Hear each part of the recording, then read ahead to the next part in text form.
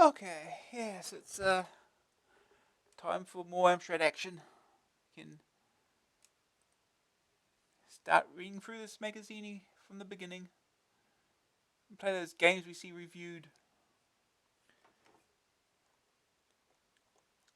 So apparently starting booting up CPM, which apparently you do by getting a soccer player to kick a floppy disk to pieces. That's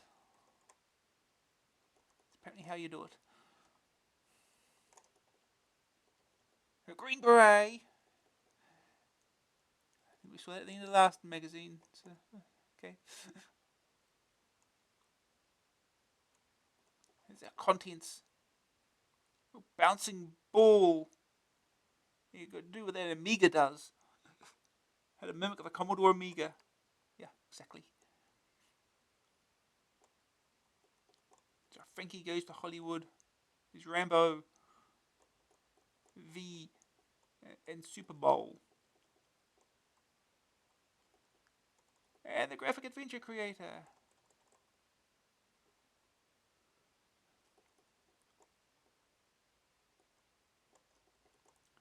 Okay. Alright, this issue.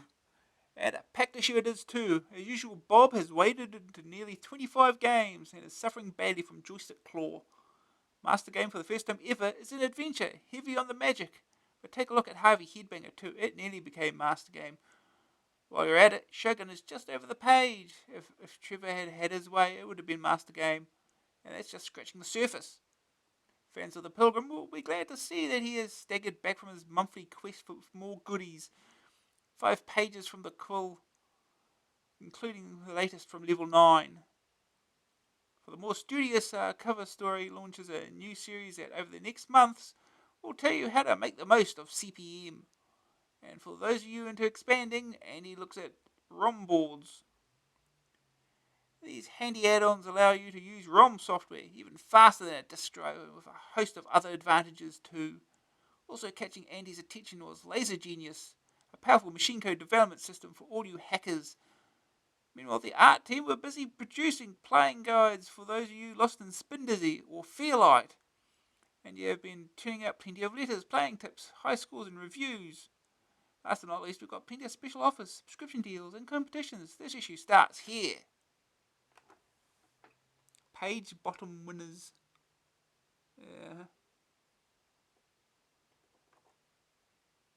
Incoming Ed Part 2. Here I am at last, contrary to the impression that you might have got from my picture in the May issue. I do, as you can see, comb my hair occasionally. Seriously though, I am now sitting in Pete's old chair and looking forward to a bright future with AA. As editor of What Micro, I watched Amstrad computers rise from being the newcomer on the scene to virtually dominating the home computer market. And then he launched the PCW 8256, turning the small business market on its head. He now shows every sign of doing the same to the PC market. Amstrad Action has done pretty well too. In my view, it is one of the most colourful user mags on the market and stands head and shoulders over the competition. But then, I am biased. One of the reasons for the success of the Amstrad Micros is their flexibility. They make a mean games machine, but have the power to allow you to run a business. After all, we use them. Make music, write powerful programs, and a host of other applications. Over the coming months, Amstrad Action will reflect all of this and more. Ultimately, though, it is your magazine. We aim to print what you want to read. And all from sunny Somerset. It certainly makes a change from London town, and a very pleasant one too. Cartoons. What happened to the cartoons then? Send us your cartoons and you might see them in glorious black and white on these pristine pages. Yeah, okay. Sugarman, fighter for truth, justice, in the Amstrad way. Gone on holiday, back next month. Well, back next month.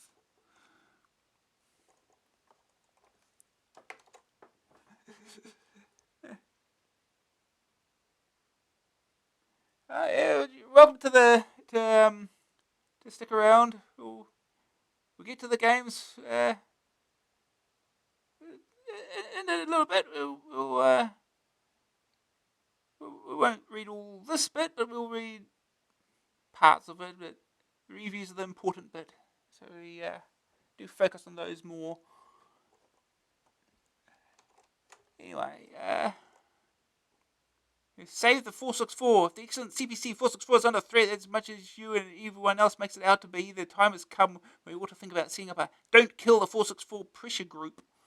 David Piner, Hayes, Middlesex. It is very difficult to say at this stage whether Alan Sugar will drop the 464. Don't think he does. Pretty sure they kept making those into the early 90s. It has sold very well and is being heavily supported by software houses and peripheral manufacturers alike, but its purchase of Sinclair will undoubtedly lead to some sort of rationalisation in the near future. I'm sure he is aware of the loyalty that exists towards the little Arnold, but perhaps we should all write to him anyway. I would certainly prefer to have a 464 to a Spectrum any kind of day, any day. But then, I am biased. Hey, we've heard that before. Yeah.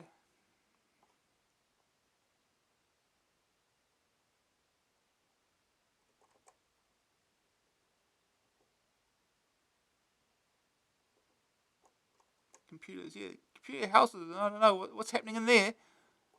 Yeah.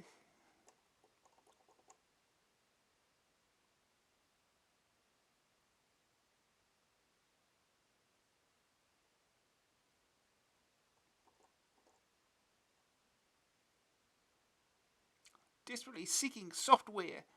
Does anybody know anything about Sega games Buck Rogers and Spy Hunter? According to the latest Amstrad catalogue, they are new releases.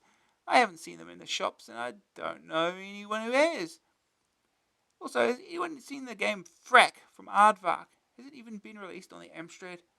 Last month, Stephen Jones' narration to me asked about binders. I know several people who would appreciate binders, including me, Rhys Jones, Peterborough. Bad news, I'm afraid. The Sega games are still not ready. I doubt that they will be for a little while yet. Actually, the same applies to Frack.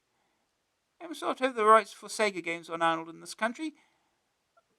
Binders for AA are still not available, but are being made up and will be on offer in our pages in the next issue or so. Yeah. Not sure if did Buck Rogers get released or not, I forget. Spy Hunter did eventually.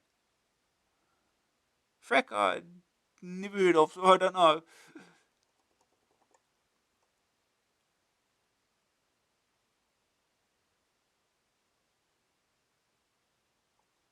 Yeah. Support your Pilgrim. I personally prefer adventures to shoot 'em ups, although there's nothing wrong with them.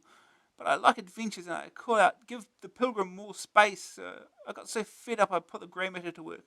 I've done a review of AA comparing Action Test to the Pilgrim. Average number of pages in AA, 112.4. Average number of pages in Action Test, 22.2, 24.9%. Average number of Pilgrim pages, 6.6, 7.4%. As you can see, adventures don't do so well. Even the ads get more pages. I agree there are more shoot 'em ups than adventures, but that is no excuse. It might be better if cheat mode covered adventures, but it doesn't. I'm sure Pilgrim's had pokes in his pages for the last number of issues. My comments are not directed at Bob Wright specifically, but to him I say shove over and give Pilgrim room to breathe. Apart from this fault, your bag is fab. Long may you live and prosper. Paul Nichols Hodgson Hertz. Come on, you've only got over 6 pages devoted to the Pilgrim. There aren't many mags that give that much coverage to adventures. I would point out that this month's master game is an adventure. Yeah, the one we will get to play too. Oh no, don't do it. Reputation ruined. Whimper.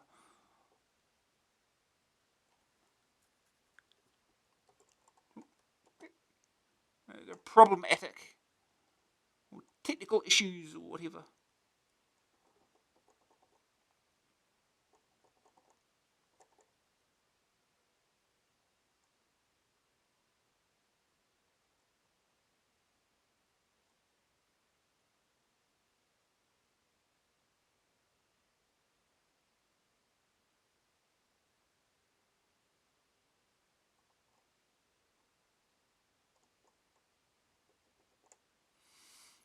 Ooh, stuff.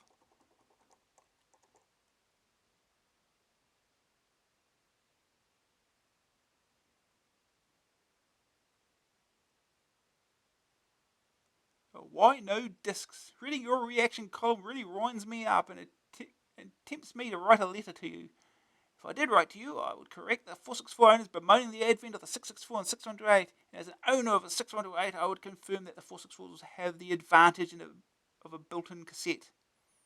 If I wrote to you, I would suggest the software industry is geared up to produce cassettes first, with discs a very poor second. To prove my point, I might quote you a magazine, page 113, important, if you want a disc version of a game. Action. Otherwise, you'll get a cassette. Do check first that a disc version exists. Probably if I wrote to you, I might tell you that the reason the colour printer I purchased off Amsoft 6 months ago hasn't yet produced a colour printout. It's because the software provided with it was on cassette. What? And then I would have to write and tell you how, due to Amstrad, Amsoft, Amps Club disinterest, my printer is in the hands of Amsoft's supplier, who has offered to produce disk software and solve my difficulties. Unfortunately, they only have access to a 464 machine and have had to order a disk drive from Amstrad, hence no further action for another month. If I did write to you, I could grovel and say what an excellent magazine you produce and what good value for money it is. As an AMS Club member, I am privileged to receive the official magazine at a cost of £1.67 per copy. No, I don't think I'll write. You might think my letter good enough to win a tape. Trevor Davies, Wolverhampton. Your pleasing little exercise in satire has resulted in us changing our award system. Congratulations, you're our first software winner. A £15 voucher from our mail order department is on its way for you to spend on the disc of your choice. If you find the one that exists, that is. Ooh, he's bagman in his swag bag. He looks happy. We've got a little Rambo man on the left here. In your issue number 8, you give Rambo 58% overall. I'll go into a shop and take another Amstrad mag off the shelf, not to buy, of course, and read through the software reviews. I find Rambo Game of the Month with 19 out of 20 overall. Who do I believe? The great BW or the other reviewer? Damien Smith, Wimborne, Dorset. The great BW. Yep.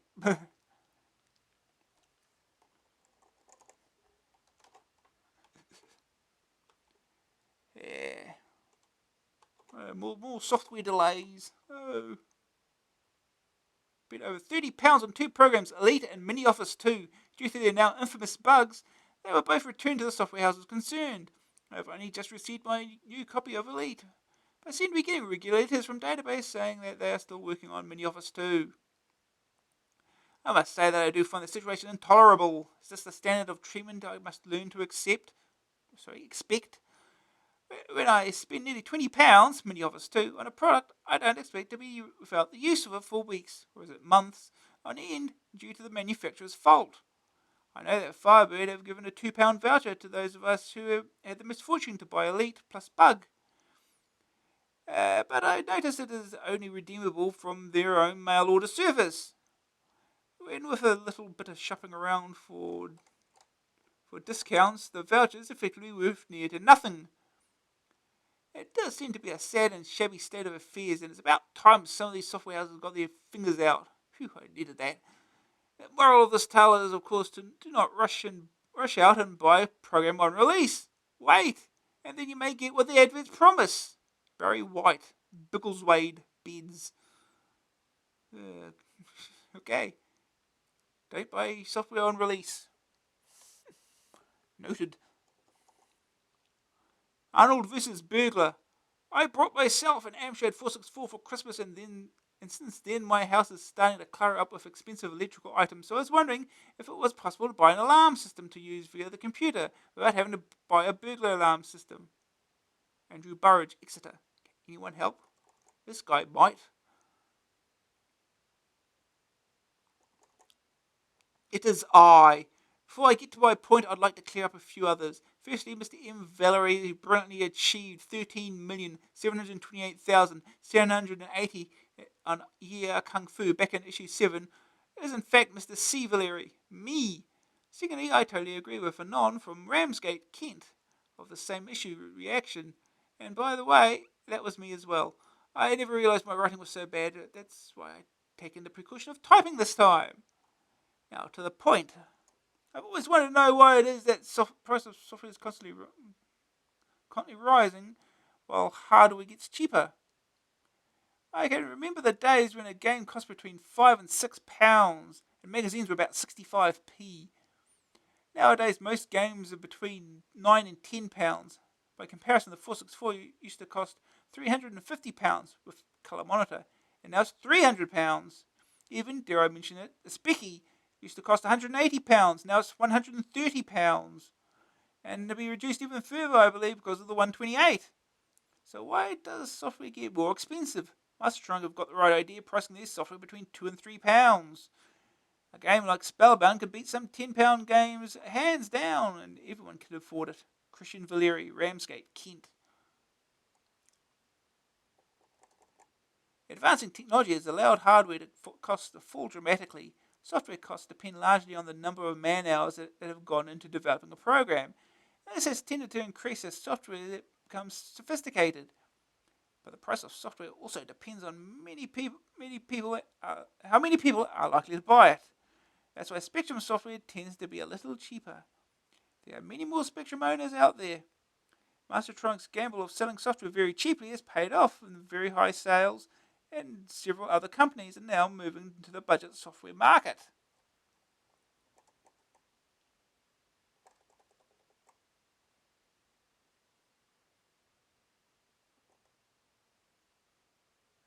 Help! It's impossible! I'm of course referring to Airwolf.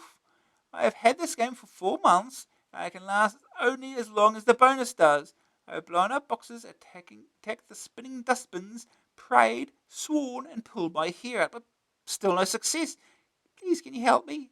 Fraser Alphins, East Kilbride. Yes, it's mean, isn't it? That's why we printed an indestructibility poke in our March issue. Did you miss it?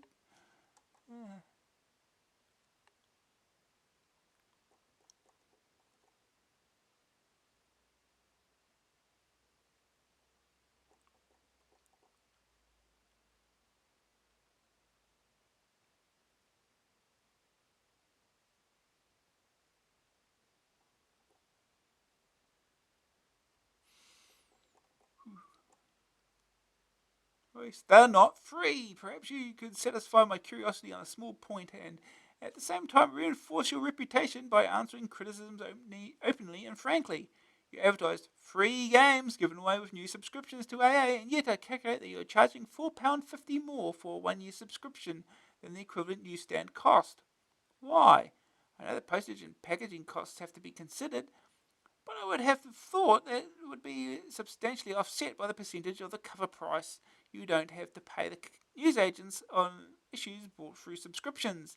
So why the extra £4.50? Could it be to repay the cost of the free tapes? I think your readers would appreciate a response in the mag. M. Gerard, Tadworth, Surrey. Do I detect a cynical mind at work here? Yes, we do lose a substantial proportion of the cover price on magazines sold through newsagents, and therefore do better out of copies sold on subscription. On the other hand, there are considerable costs involved in running a subscription service. I think the fairest thing is to compare our subscription costs with other Amstrad magazines. They're roughly the same, except that we offer free software with almost the full amount of the subscription. Okay, there you go, now you know. Yeah, he's heavy on the magic.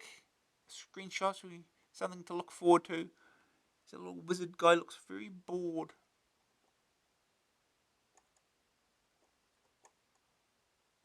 Attack of the Killer Tomatoes. Nominated for the worst visual movie of all time. Squash will be squashed.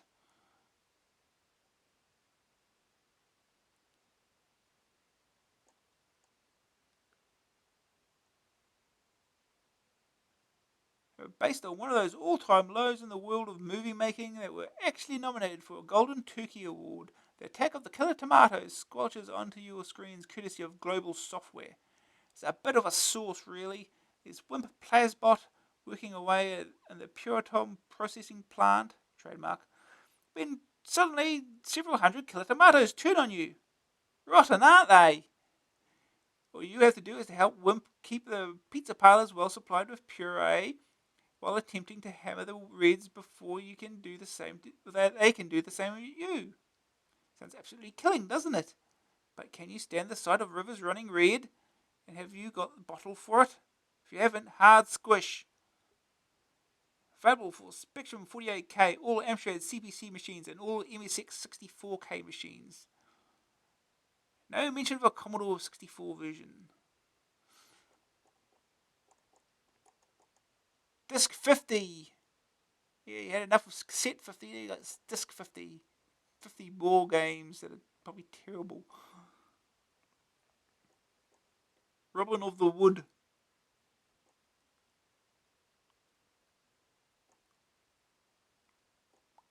To PC or not to PC? Despite continual denials, rumours still abound concerning the Amstrad Micro to follow the PCW 8512. Will it be an IBM PC compatible? Yes. Amstrad is saying nothing, but the grapevine is humming. Is it supposed to be Alan Sugar? Trying to cover up the IBM PC behind him. Colossus Chess 4, the powerful chess program already in AA Rave and the CPC incarnation, is now available for the PCW 8256 and 8512. We knew they weren't just business machines. Besides being the most powerful chess game available on the Amstrad range, it is also the most flexible. It features either a two or three-dimensional board and has almost an infinite number of difficulty levels, a host of other features. It comes from CDS software and costs £15.95 for the PCW range. Music by Arnold at £129.95. This package may sound expensive, but it claims to turn your CPC into a complete recording studio. Called the Performer, this is a MIDI-based system that allows you to write, record, and play up to 8 separate tracks of music in real time. This MIDI, musical instrument digital interface, is a standard that has been accepted by most electronic synthesizer manufacturers for the digital control of their products. Using it, your computer can send signals to control the pitch, envelope, tone, and other parameters of a series of MIDI instruments, which can allow you to produce totally professional results. The Performer from Proteus Computing includes the software and MIDI interface. And you have to provide the synthesizer. This sort of system is still considerably cheaper than studio time.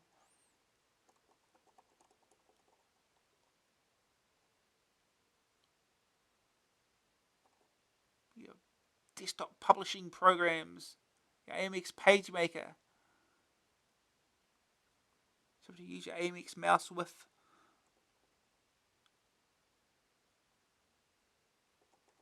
Graphics for programmers. Hidden on one of the discs that comes with your 6128 or PCW is a set of powerful graphics tools, the GSX graphics system.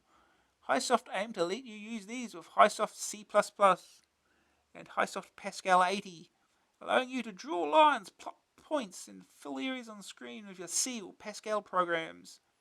The GSX function library incorporates around 30 routines that allow you to unlock the full potential of these machines' high-resolution graphics. Even more important, HiSoft are providing full documentation and the routines in source form so you can make the most of them. Owners of previous versions of these languages can upgrade by returning their discs to HiSoft together with £10. The new versions cost £39.95 each. Anna can be found on there. Okay. I'm sure that phone number still exists. The Cauldron continues. Fans of Cauldron from Palace Software, which includes us as we made an AA Rave, will be pleased to hear that Part 2 has been released, subtitled The Pumpkin Strikes Back. It is more of an arcade adventure and follows on from where Cauldron left off. In the first episode, you took the part of the witch, defeating the evil pumpkin and retrieving the golden broomstick to become Witch Queen. In Cauldron 2, you switch sides and become the last surviving pumpkin, whose mission is to defeat the Witch Queen. Sounds like a recipe for schizophrenia to me. The Queen's Castle, where the action takes place, has over 100 rooms.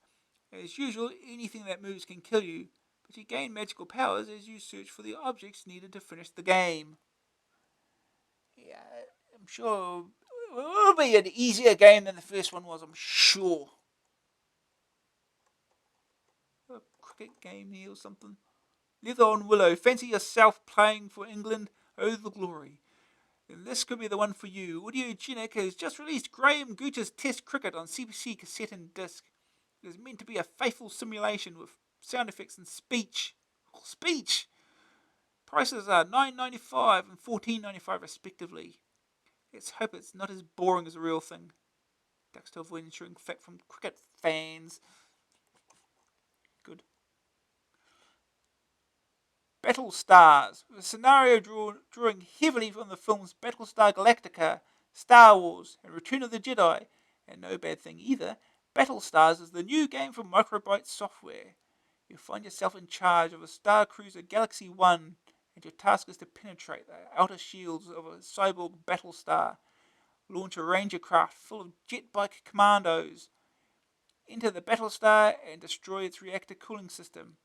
This is accomplished by means of 3 separate game sequences, each using different display techniques. The first is the Deep Space mission, which is depicted in vector graphics. Next is the attack on the Battlestar, using full colour 3D sprites. And finally comes the jet bike tracks, utilising scrolling screen displays. It looks like a mammoth game involving puzzles as well as high-speed reactions. We look forward to reviewing it soon.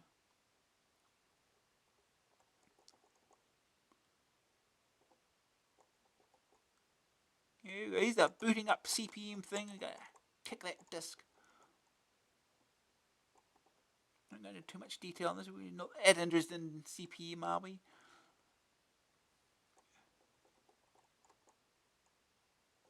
Warning, the next bit is very technical and you don't have to read it unless you are a dedicated hacker and used to playing around with peaks and pokes. If you're not, then don't bother.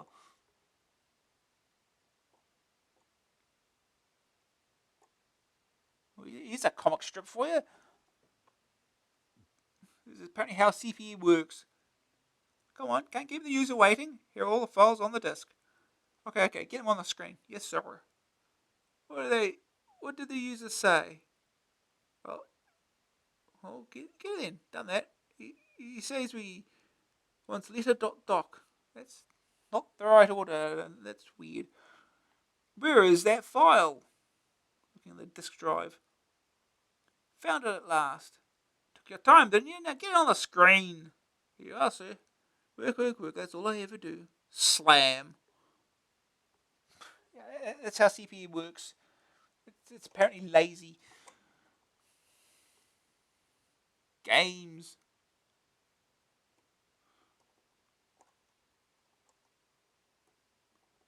Plug in and go.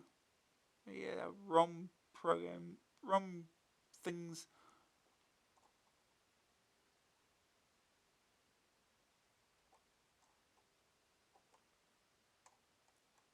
He's Toots sleeping on a chip for reasons.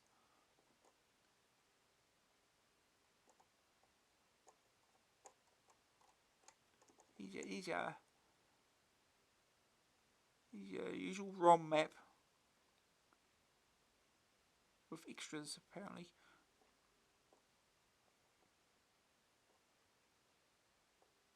He's Laser Genius.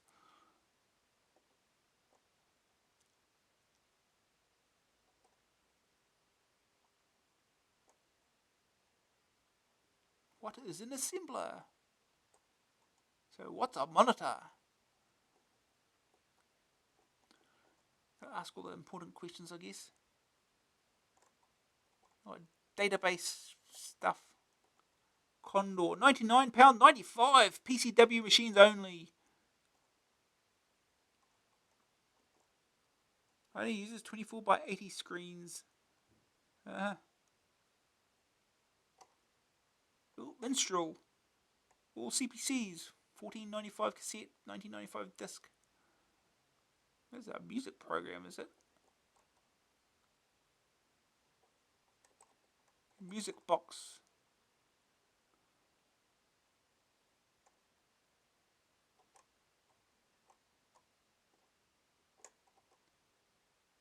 data gem.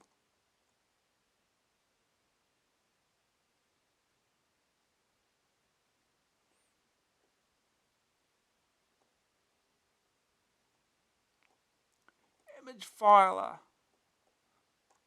Get all the utilities out of the way now. PCW books.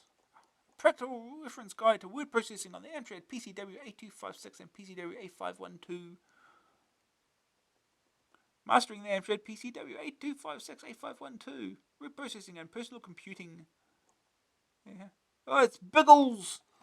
Yes. Do you want to be a hero? He's got a gun. So I guess he does want to be a hero. The result of a unique cooperation between 3 ace software developers and the Biggles Film Production Company. Biggles, the untold story will knock you right out of the air. It's a multi-part arcade strategy game in which each part must be completed to reach your final goal. In the air, on the rooftops, on the ground, or in the trenches, you can be a hero. Coming in May, Commodore 64, Spectrum 48K. Coming in June, Amstrad CPC. Your Amstrad needs Gremlin. Oh, see, they got rid of Wanted Monty Mole finally. That never got released. Bounder in instead.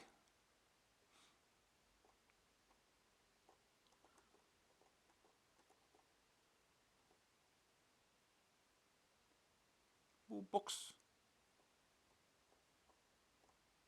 Utilities.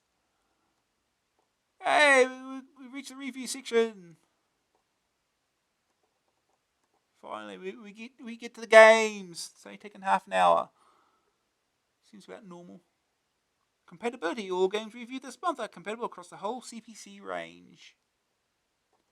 So we're starting with Harvey Headbanger. It's a budget game even. What's so great about a single screen budget game which you can learn to play in 10 seconds? Gameplay, that's what. Despite its simplicity, this game has mind-warping addictive gameplay that makes it essential buy and difficult to stop playing once you've got it. The key to the gameplay is originality. You won't have encountered a game quite like this before on a computer, even though it is such a simple concept.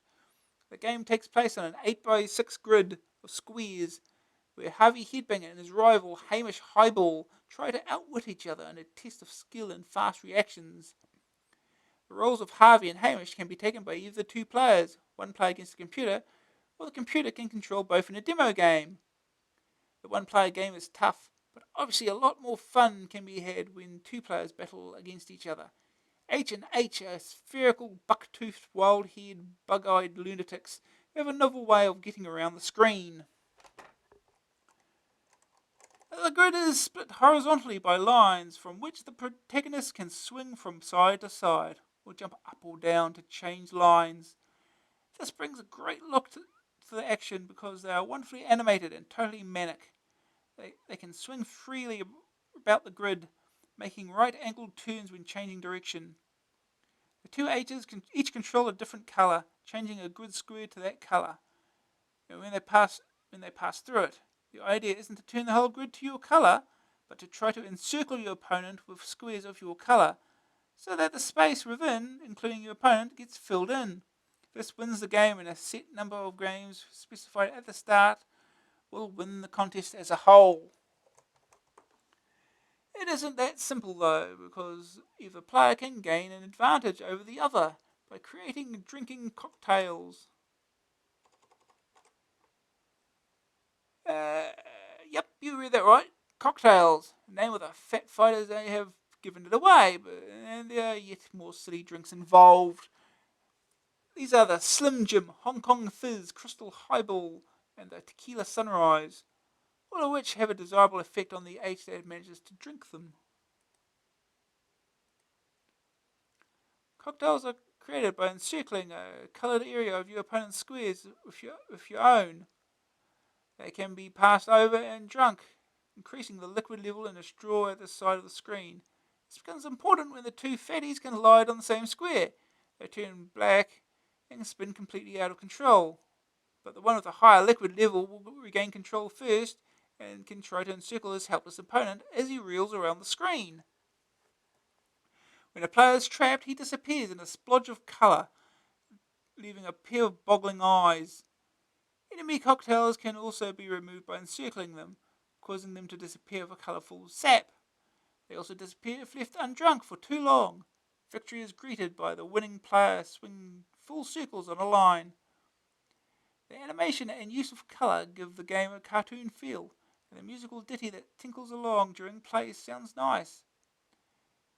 The gameplay is the clincher though, with the 5 computer skill levels providing stiff opposition to start with, and a human opponent giving more unpredictability and excitement to keep the action going. One of the most addictive and impressive budget titles I've seen, particularly when you play with 2 players. Second opinion.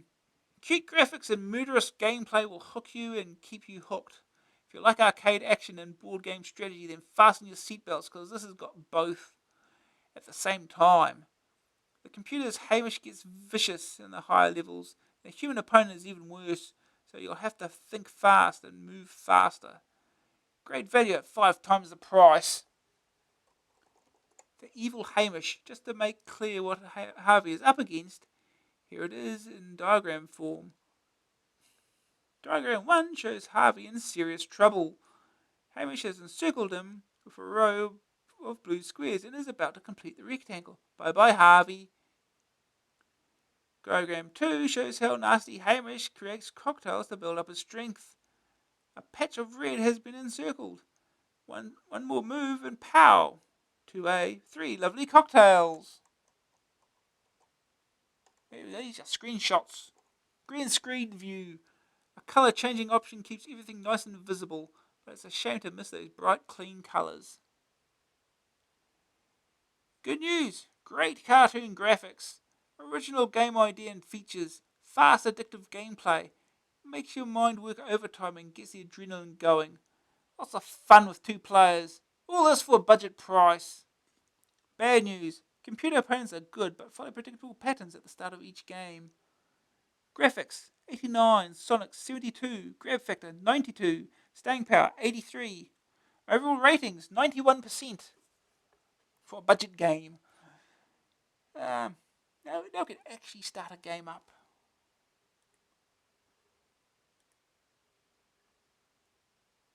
Let's do this.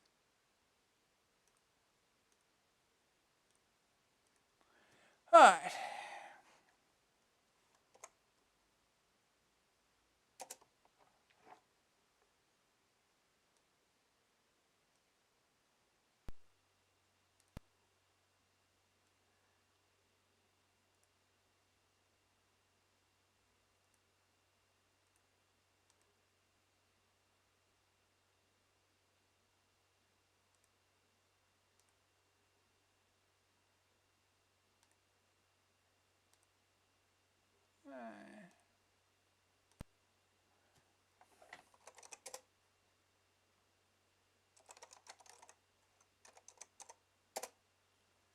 Off we go. I've not really played this game much. It's a game. It's probably takes some practice to get really into, but probably once you're used to it, it probably work fine. Spacebar for instructions. We've got instructions. Harvey Headbanger and his great rival Hamish Highball are both very aggressive characters. They continually scrap just for the fun of it. And using their only weapons, a large belly and a strong head, they try to bounce each other as far away as they can. Harvey Headbanger is a 1 or 2 player game where you and a rival or the computer use your skill and dexterity to outmaneuver each other in combat. When you bump into your rival, you will both be temporarily blacked out, and during this time you will suffer severe headache and move erratically and in an unpredictable direction. Of course, at the start you will both suffer equally piercing migraines. However, you can effectively numb the pain and so recover more quickly by taking some suitably mind-numbing refreshment, which is made available during the course of the game. Highly refreshing cocktail drinks, which contain the magic mind-numbing ingredient, will appear occasionally, and you should slurp these up, straws provided, as noisily as you can. So that you can see how well you're doing, you each have a large spiral straw which fills with liquid to indicate your current level of refreshment. The cocktails come in 2 basic colours. You can only drink those that belong to you, same colour. Those that belong to your rival are untouchable. But there is a way of drinking them without touching them. Now a secret is revealed. The highly refreshing cocktail drinks do not appear by chance. Instead, they are created by performing a special manoeuvre, which it is up to you to discover. Hint, try going around in circles.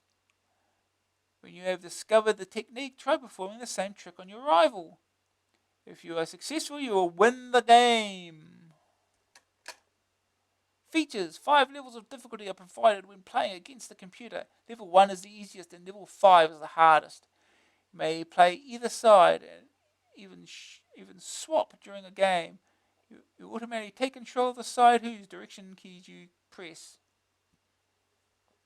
You may change the direction keys if you wish. Any key except delete may be used for player 1, but some key combinations may be disallowed for player 2. If you hear a beep, try a different key. The following controls operate while the game is running. Delete escape, restart. Delete and tab, change colours. Delete and caps lock, 1 or 2 players. Delete and shift, music on off. Delete and fire, engage joystick. Delete 1 to 5, level 1 to 5. Press the 2 keys simultaneously. Here's your keys. QAZX. Yeah. Semicolon, slash, comma and period. Wonderful. Well, we can change the keys here.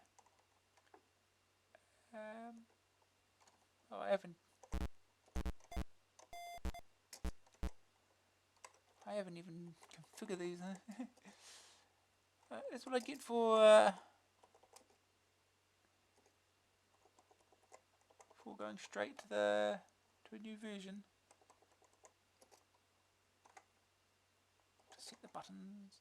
If I want you to find them, I'll have to use these, won't I?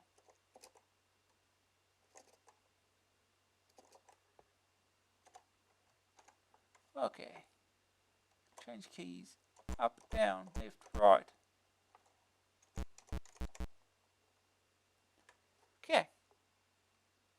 And P to play. And yeah. The Happy Hour, Slim Jim, Hong Kong Fizz, Crystal Highball, Tequila Sunrise, Space or Fire. Contest rules, strictly no hitting below the belt. No spitting, please. The first player to win 10 games will be declared the champion. Press up down to increase the number. Go use cursor keys. We'll go make it 5.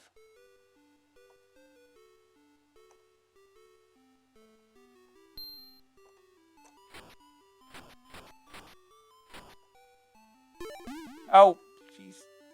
He just goes right around, huh?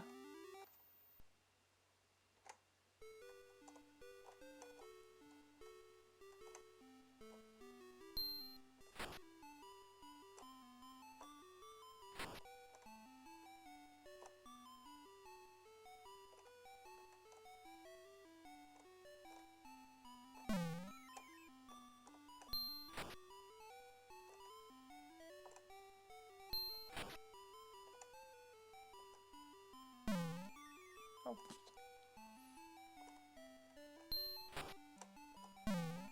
Well.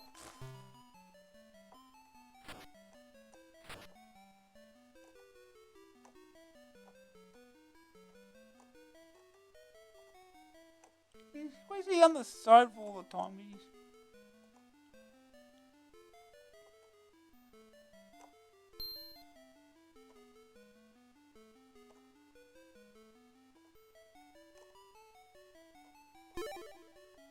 This is apparently level 1, so...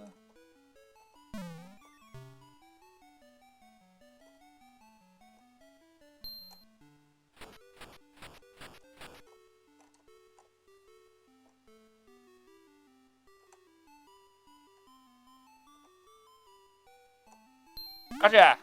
Hey! 1-1.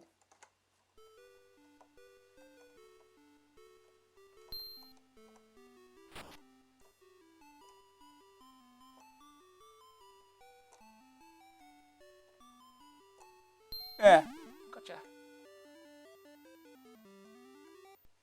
2-1. Oh, I'm going in the wrong direction. Keep forgetting which one I am.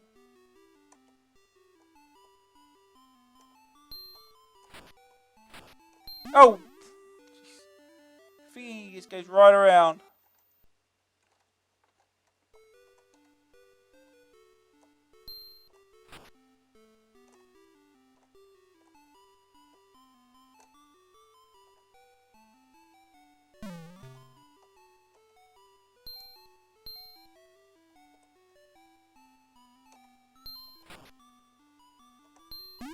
Gotcha. Wee, spin around. Wee. 3-2. I think I'm getting the hang of this.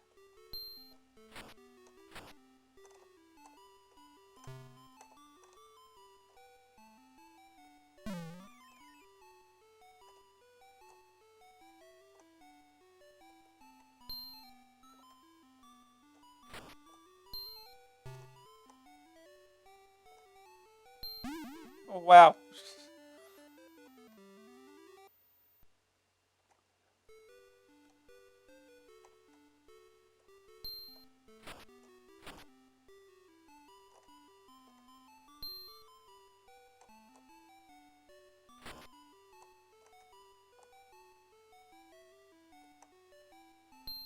Wow.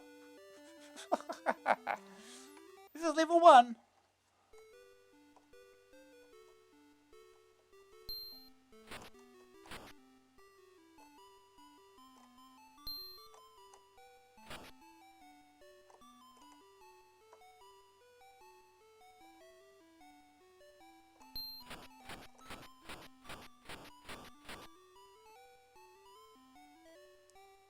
Gotcha. Fool. This is it.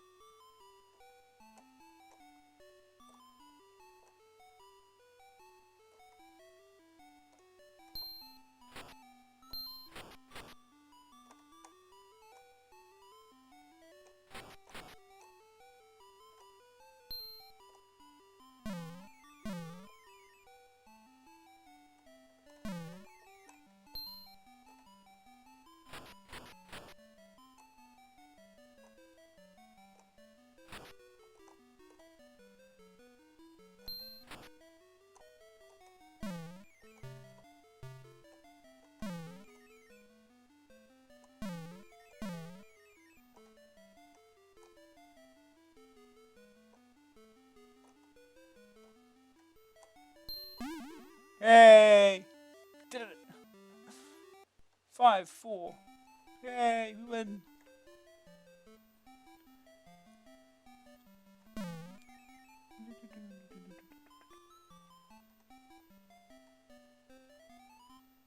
Yay.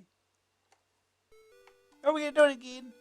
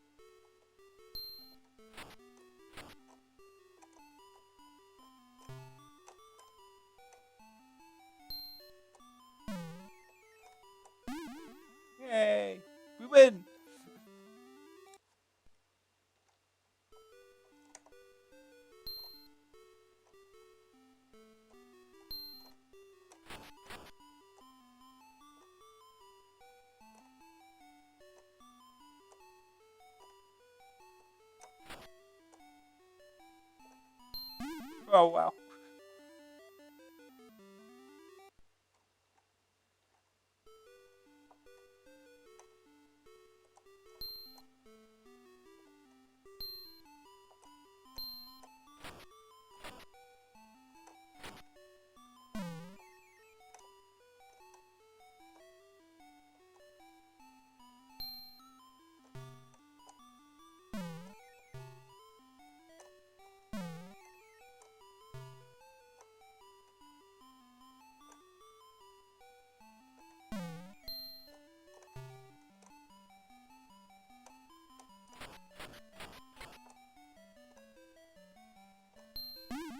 Yay.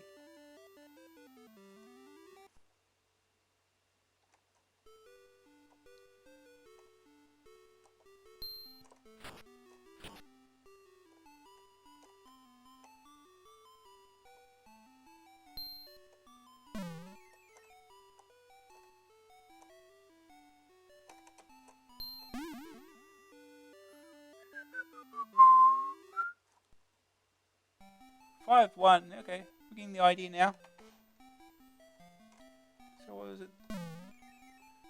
3, 2. Yep, level 2. See what level 2's like. Time to get our asses kicked, I guess.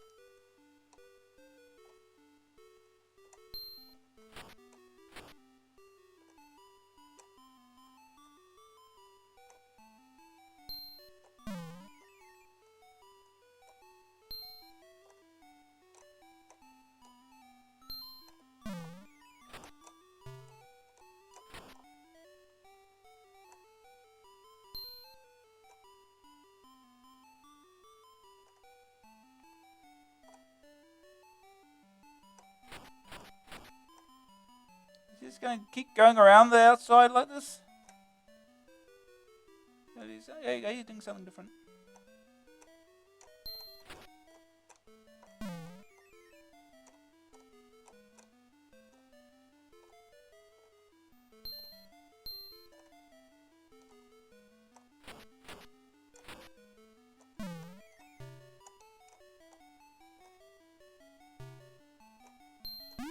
Got him.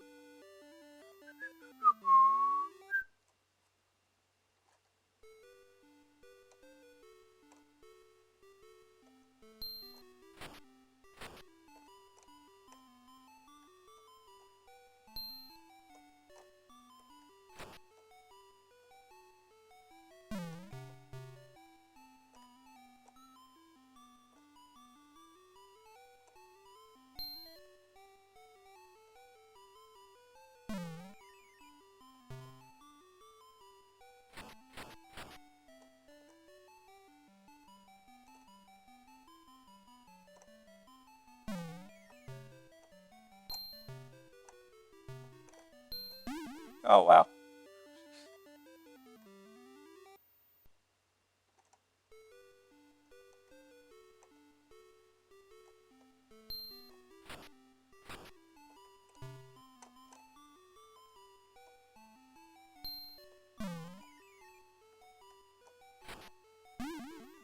Here we go.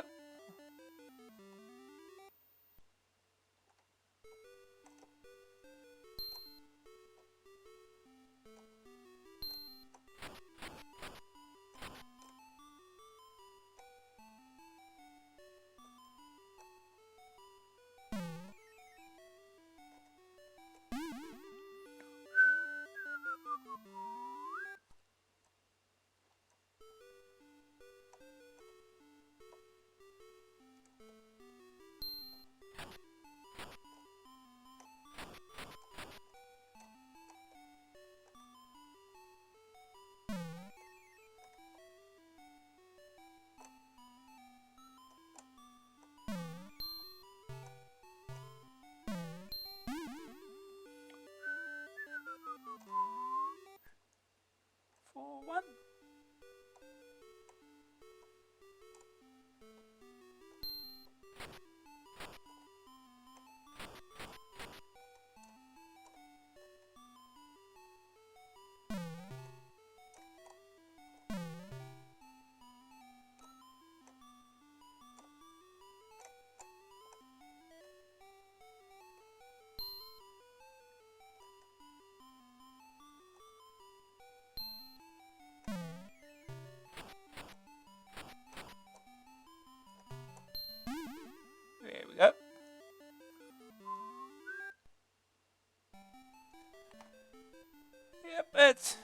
that's Harvey Headbanger. It's pretty much this. So yeah, I'm sure it gets harder, but yeah, that's pretty much a demonstration of what the game is like. It's probably better as a two-player game. What are the demos like? Do a demo. We can't go back to the title screen, can we? It just continues on and on. Anyway. Alright, let's go back to the magazine now. On to the next game. Oh boy, next game is Shogun. This is a game that I couldn't make much sense of, but we'll see what we can do. Alright, Shogun, Virgin, 995 cassette, 1495 disc, joystick only. The kings of Amstrad arcade adventuring have come up with their latest graphic classic, based on the James Clavell novel about 17th century Japan. It's radically different again from Sorcery and Strange Loop, featuring icons and totally different gameplay, but still displaying their talent for producing beautiful graphics. The aim of the game is to become the Shogun, a supreme military leader and number 2 to the Emperor himself. To do that, you have to get 20 followers to support you and then complete a quest given to you by the Emperor. You can take on the role of many different characters, from the outsider Captain Blackthorn through peasants, servants and samurai to the nobles. The difficulty of becoming Shogun is different for each character, but it isn't easy for any of them, and the effort required for each is reflected in the final score. The game takes place against some very picturesque backgrounds, consisting of hillsides, clouds, rivers, buildings, palaces, caves, lava pits, and general green scenery. And these screens sometimes appear to be in pseudo 3D, but at other times 2D, but all of them look nice, and it doesn't affect the playing of the game. The character under your control can move anywhere on the screen, except where he is blocked by a specific object or terrain feature. These have to be discovered by experience. This means that you have the odd sight of the characters wandering around in mid-air, but you'll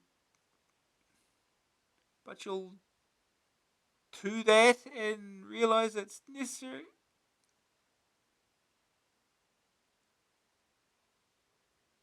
I got lines mixed up there, but you'll soon get used to that and realise it's necessary to indeed desirable because of the perspective switching.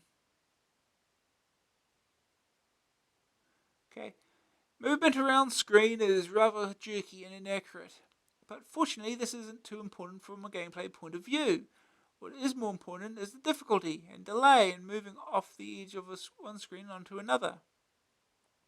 Once you know how the game maps out, this is less of a problem, but you'll need perseverance to start with discovering where you can go. Once you can get around the game, you can start interacting with the other characters and try to complete your task using 9 icon commands at your disposal. Most important of these are the ones allowing you to attack, befriend, examine, and order other characters, and give them objects. Using these, you can win over people, but they are bound to be to your cause. What? I got some lines mixed up here. Intervals is gold. Okay. And a large bank balance will allow you to indulge in some underhand bribery. But when you've got 20 followers and visited the Emperor's palace, you enter the second phase of the game, which involves finding 4 different objects. How you get them and what they are, you'll have to work out for yourselves. In terms of the graphics, atmosphere, and game task, Virgin have another excellent game on their hands. The only thing that lets it down a little is the control of the character, which will cause some annoyance. The icons are used to good effect, and not just thrown in for the sake of it. Most importantly of all, the gameplay is good, being easy to get started on, but in the long run, tough to beat. Green screen view loses a great deal of atmosphere, and that's a serious blow to the game as a whole. No major problems with visibility, but colour does help you recognise characters. Oh, here we go. Here you go. You cause a few casualties along the way just to make sure one of them isn't you. The characters all have different desires, behaviors, strengths, and weaknesses, which change for each new game, but you will need a rough knowledge of each person's characteristics if you are to survive for long. Survival is dependent on keeping the strength gauge replenished. It's run down by some actions and built up by eating food that appears at various places. The other commodity that can be collected at frequent intervals is gold, and a large bank balance will allow you to indulge in some underhanded bribery. Okay, we got that now. Second opinion. This one really grabs you with its graphic originality and size, but the gameplay has a few problems. The tasks required of you are usually pretty straightforward, the combat in particular being a matter of unintelligent hacking. The screens are wonderfully atmospheric, but the absence of clear exits can make it very frustrating. An intriguing game, but not vintage game of 5 stuff as far as I'm concerned. Icon highlights. The 9 icons in the game all need to be used to get the best out of it. So here's what they do. Attack. Very handy in this one because opponents will often yield and follow you. Stubborn opponents may have to be killed. You chop their head off. Or they may kill you. Fighting naturally costs you a lot of energy. Befriend. You can go around firing smiles at everybody to try to win them over, which also costs energy, but is less likely to bring them around to your way of thinking. Examine. This can be used to find out what something or someone is and how a character may be feeling. Surrender. A last resort this in a fight because you will probably lose your followers and possessions. Definitely the dishonourable thing to do. Give. You can bribe other characters with money or objects to make them more amenable to you. Drop. Drops one of the 3 items you can carry. Pause. Brings welcome rest for the hard-working samurai from the rigors of action. Order. Very important this because it allows you to order your followers to get an object, stand guard, protect you, or assassinate someone. See what a privilege it is to have power in ancient Japan. Save game. Allows you to save a game at any point. Good news. Good number of very attractive screens. Nice scenario and atmosphere. Good use of icons and gameplay. Easy to get to grips with, but tough to beat. Lots of different characters to play and therefore variations in the game. Bad news. Character control leaves something to be desired. Some players may find the gameplay lacks depth. Graphics 88, Sonic's 39, grab factor 87, staying power 81, overall rating 85%. Not as good as Harvey Headbanger apparently. Let's get started.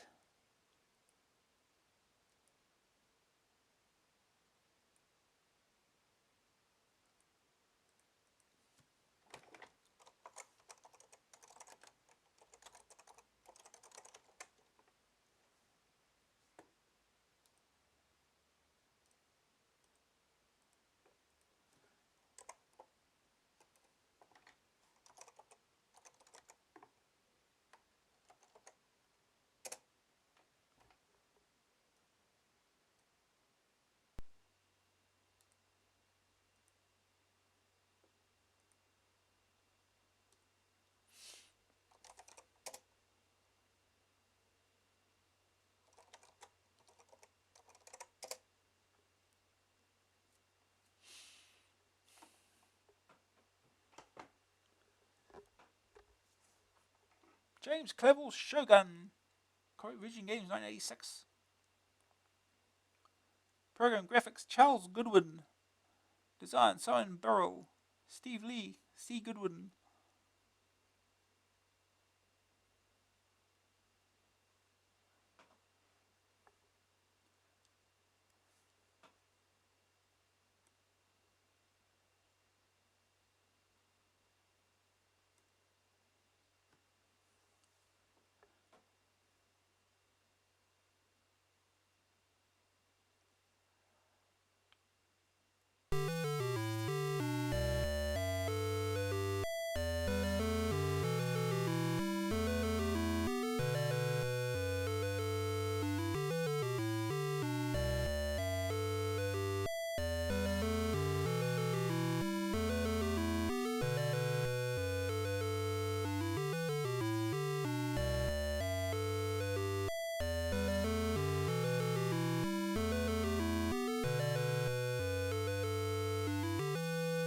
Gang of 5 production.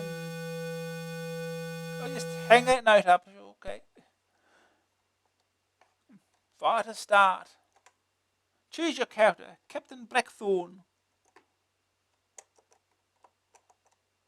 Lady Mariko. Lord Toranaga. Lord Ishido. Lady Yataka. Servant Kiku. Servant Rako. Servant Autumn Moon. Servant Kitty. Servant Ling. Plenty of characters here. Servant Yan Fu. Yeah, I've never really played this at all, other than just a bit of testing through the last week. There's certainly a lot of characters. Peasant Wei San. Peasant Nai. Peasant Koku. Peasant Deva. Peasant Night Rain. Peasant Asa. Peasant Fesset. Peasant Yoko. Samurai Sky Dragon. Samurai Cheryl. Samurai Nimtra. Samurai Hawk. Samurai Tiger. Samurai Raiko. Samurai Yabu. Samurai Yoshinaka. Samurai Katana. Samurai Washizashi, naming themselves after swords now. Samurai Tachi. Samurai Kazuka. Samurai Kogai. Samurai Hachiman. Here's Captain Blackthorn again. Who do we choose?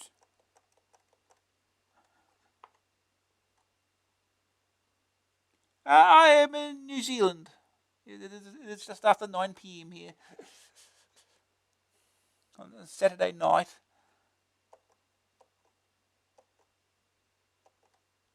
Okay, Samurai Hawk. Just for fun. It is rumoured that a shipwreck... Okay. Okay, so this is befriending, I guess, with a smiley face.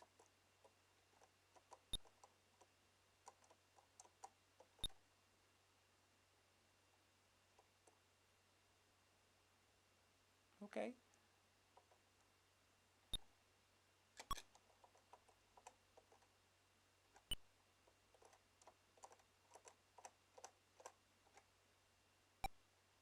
Kiku ignores you.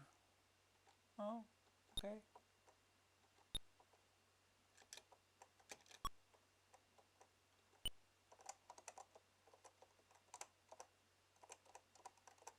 This is a little fast. Cheryl ignores you. Okay. Killapede in. And into the clouds, apparently.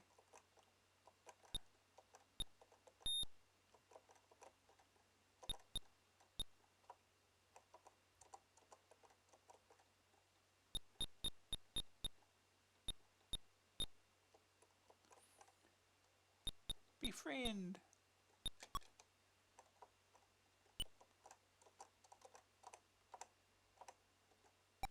Lady Mariko. Okay. She looks a weak fighter. Poor and unfriendly. Oh.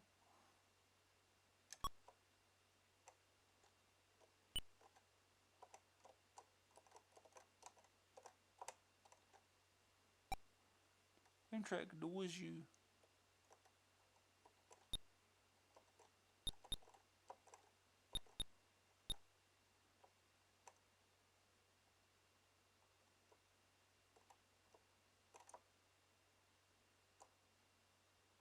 We go. More clouds. Apparently we were climbing up into the sky or something.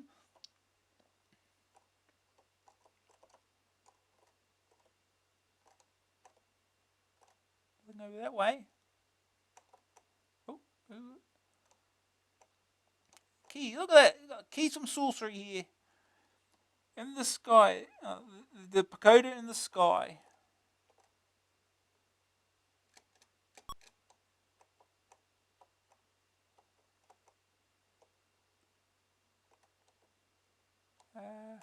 Jesus, pick up. Is that pick up? No.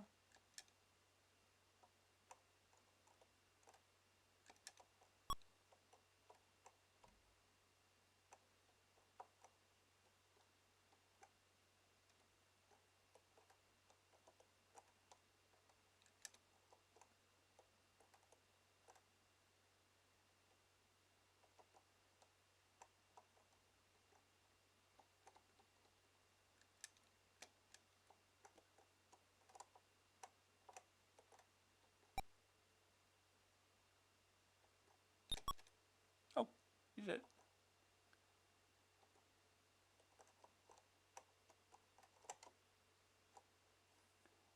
Bennett and Shichi takes a helmet. Okay.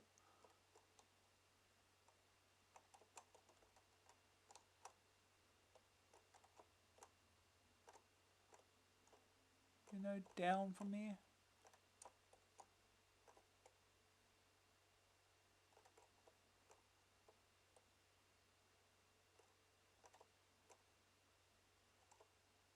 Oh, jeez. Everyone's here.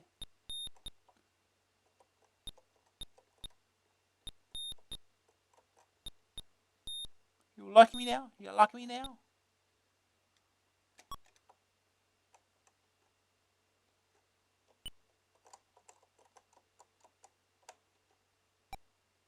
Cheryl ignores you. Hmm.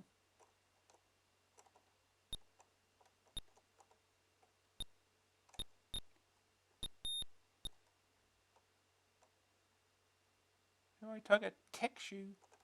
Ah, bugger. Ah, run! Okay.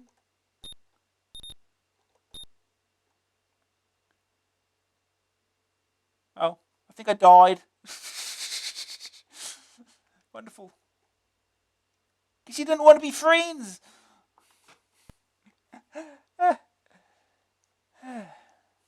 We'll try. Try again. Try Lord of Shido.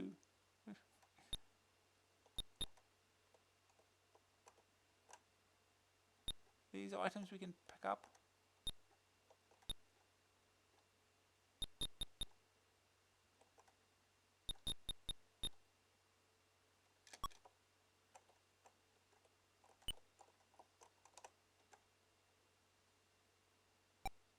Samurai Sky Dragon, I follow Lord of Shido. Woo! We have one. Looks forthright, poor and polite.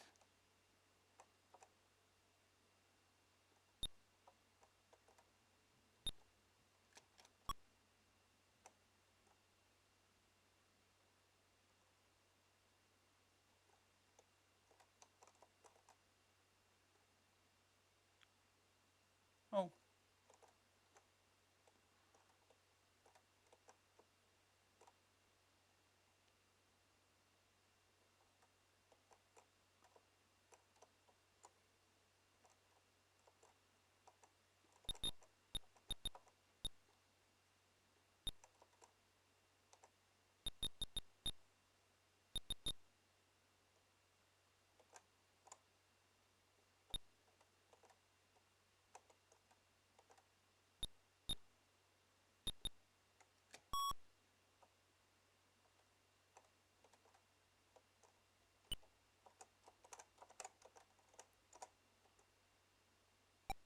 So we want to move. I follow Lord of Shido. Okay.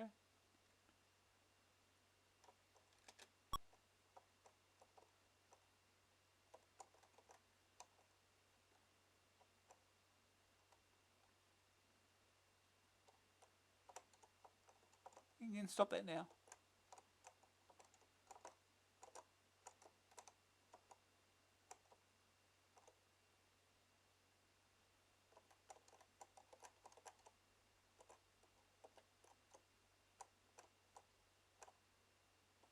Where do we go from here?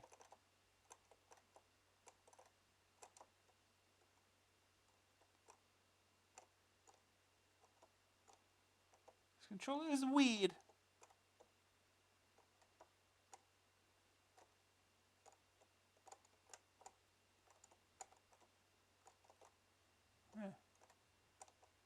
We into here. Go this way then. No? Yes? Okay. Key. Go, go, go.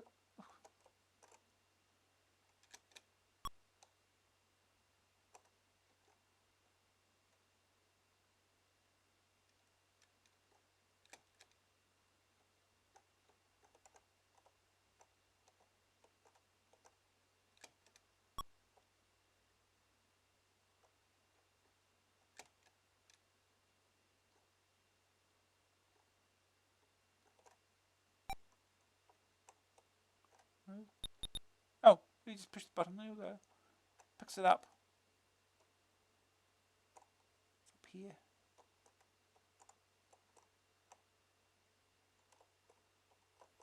Where it takes the helmet. Near the town. Who are you?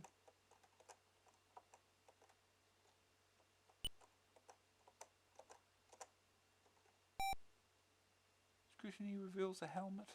Oh, it's the one that just took the helmet, right?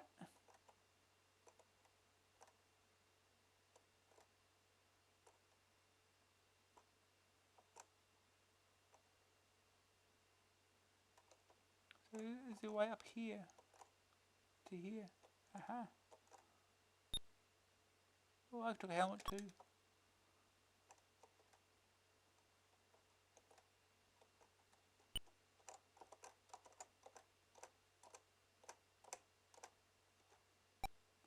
Servant Rocco. Looks forthright, poor, and unfriendly. Oh no, she's killed me.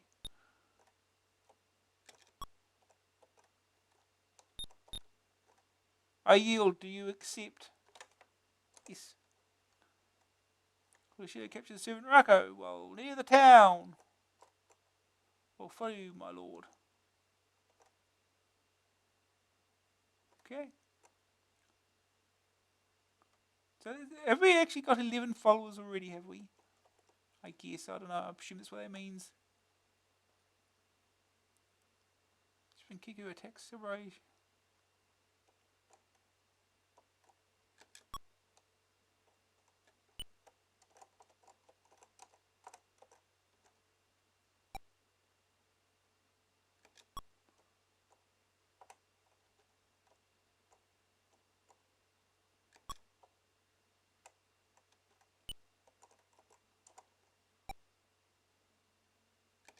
Okay.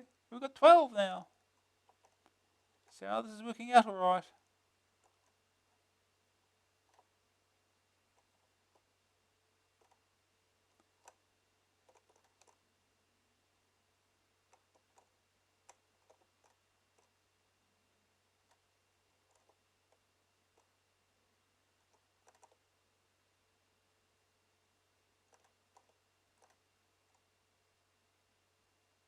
Oh, it's back here again.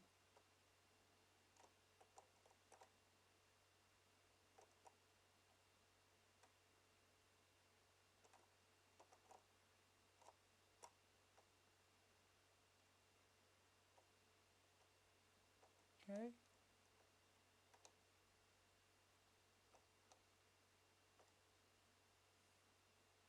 Oh, waterfall. Is there anything hiding behind the waterfall?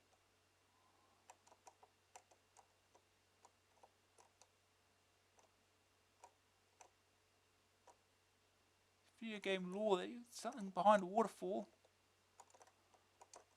Oh well, whatever. Guess not. There's nothing in this direction now. At least the water's not deadly. It's something, I guess.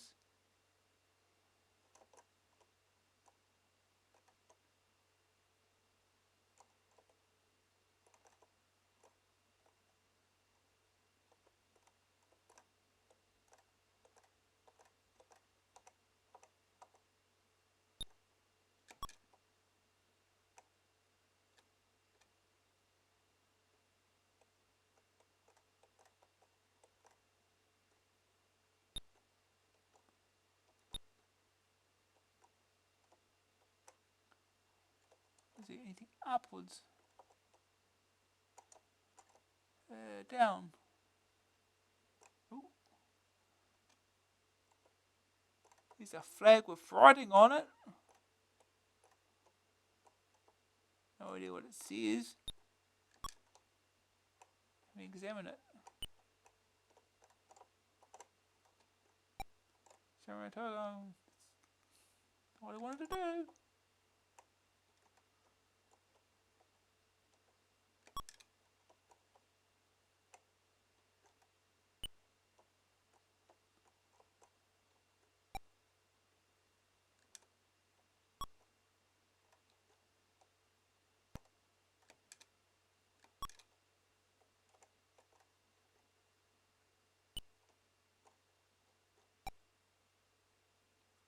Nope. So this direction. A river.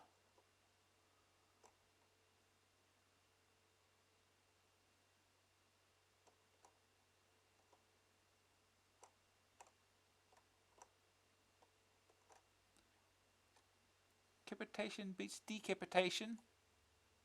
Good to know.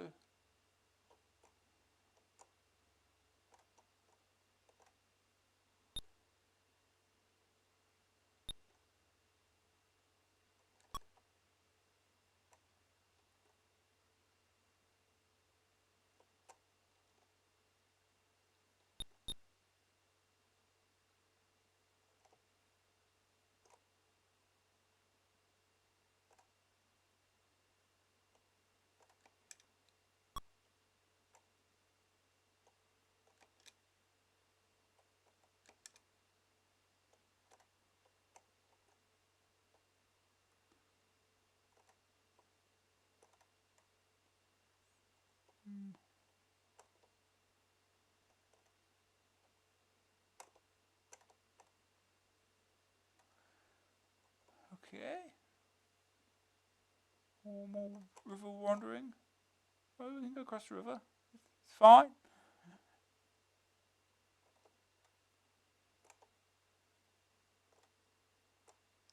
Peasant Asa attacks Samurai Yabu while near the town.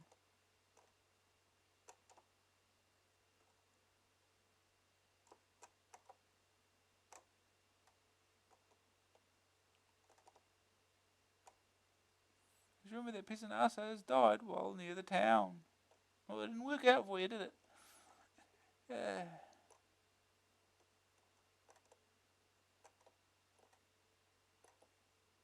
think I'm lost.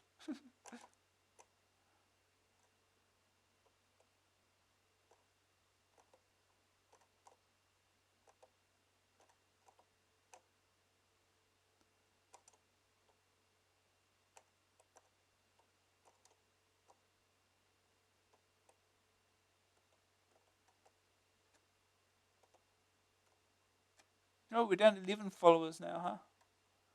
This one died, I guess. Peasant infested attacks Samurai Tiger while near the town.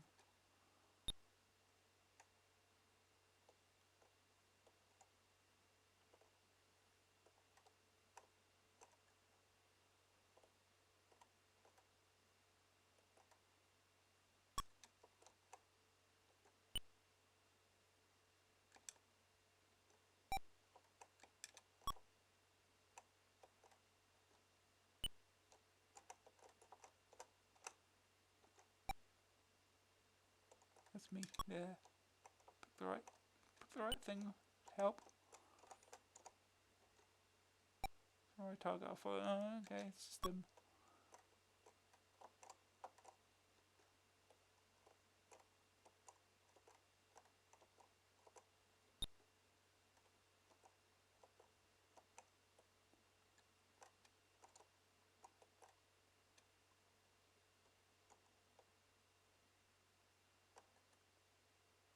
I'm wondering.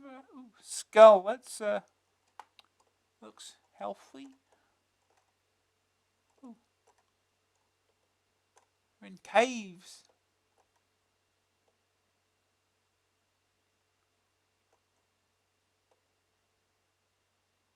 Across we go.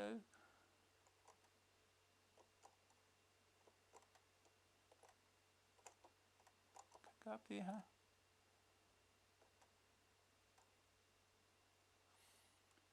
Enlightenment near to enlightenment. Sorry, no riffraff. Oh.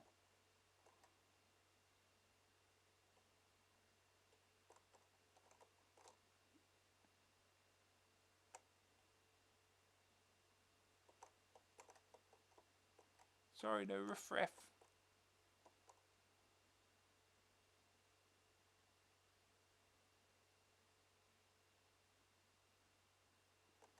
Bandit Yand attacks Samurai Yabu while near the mountain. Remember that Bandit Yand has died while near the mountain.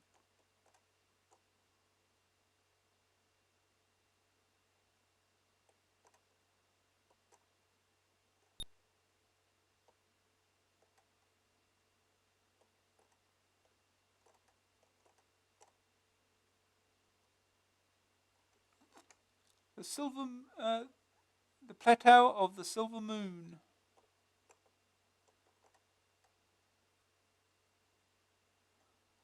The plateau of the silver moon.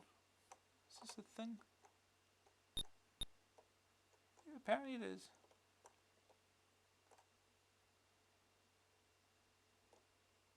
There's the moon.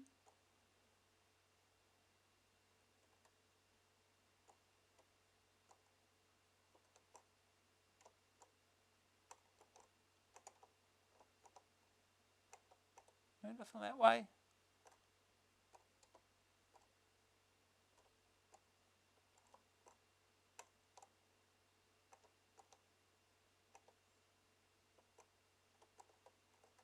Sorry, no riffraff.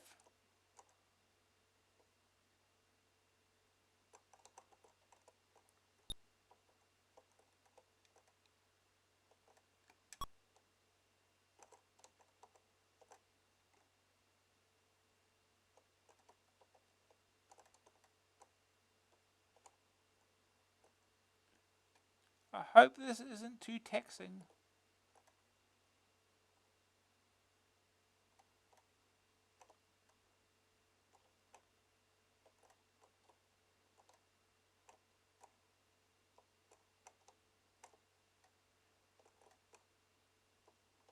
It's really not clear where you can and can't go.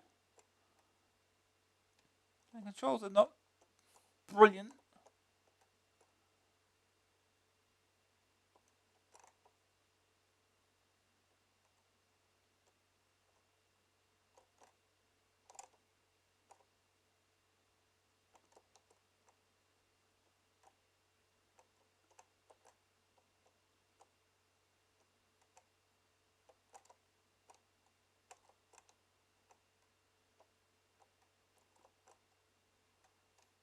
The door to the night.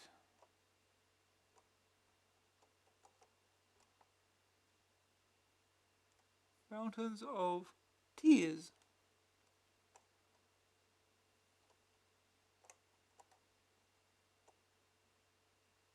Running out of money apparently. Somehow I spent money. Passage of the Wind. Found a thing.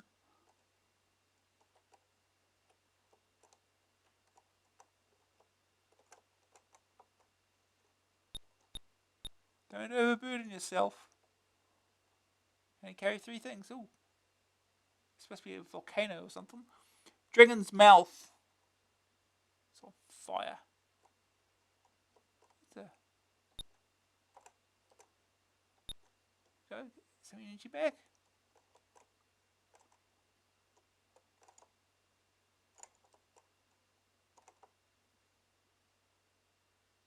Sure, I'll probably die if I jump in there. Yeah, no other direction to go, huh?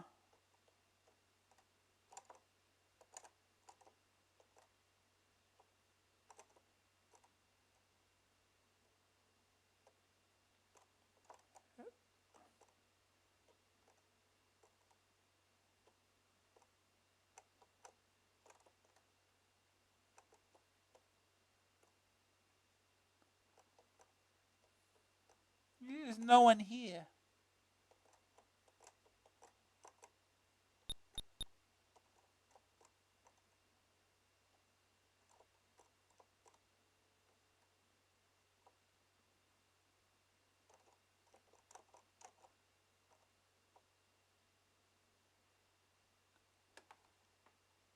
I've been playing this for too long already. Sorry, no riffraff.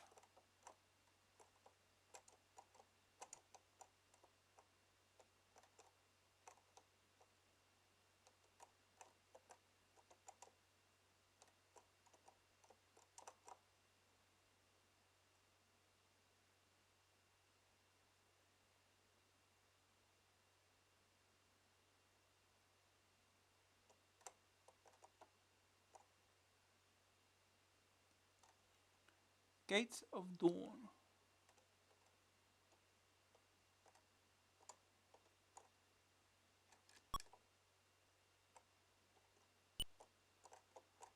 are you?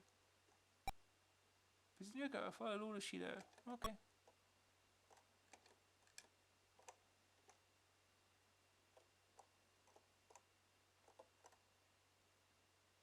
Another key.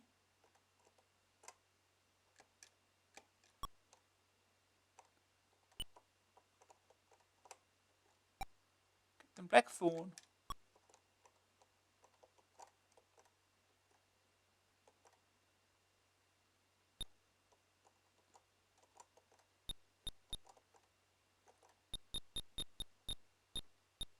Let's befriend him. Befriend him. Does he like us now? I guess not, because we're still at 11 followers.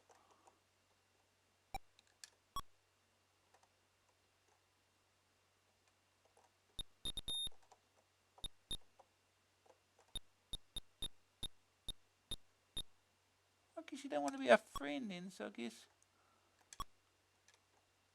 we'll just have to kill him. If we can reach him, that is.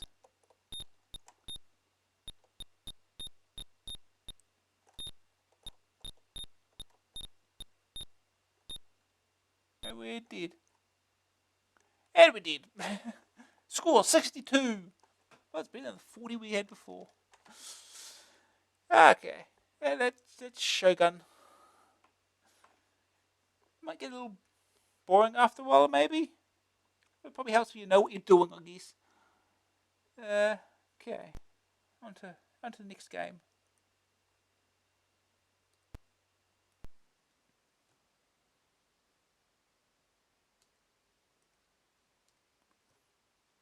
Ooh, the Eidolon is a good game. The next game is a good one too. Starquake. This one I'm familiar with.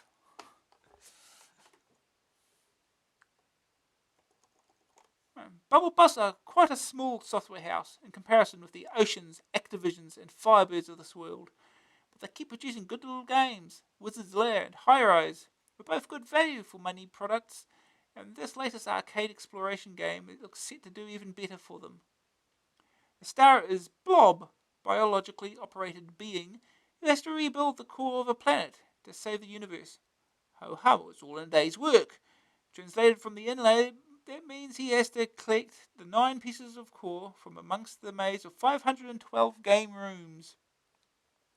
Naturally, this task is far from easy because of the size of the game and the obstacles that face Blob. The rooms are fairly simply designed to look like a cave system, but the lack of variety in the colour detracts a good deal.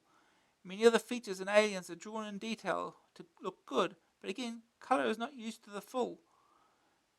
A slightly disappointing look to the game as a result of being a conversion, but fortunately the gameplay is a different matter. Blob is just that, a small circular creature with bug eyes, who has 2 main methods of movement, walking and flying.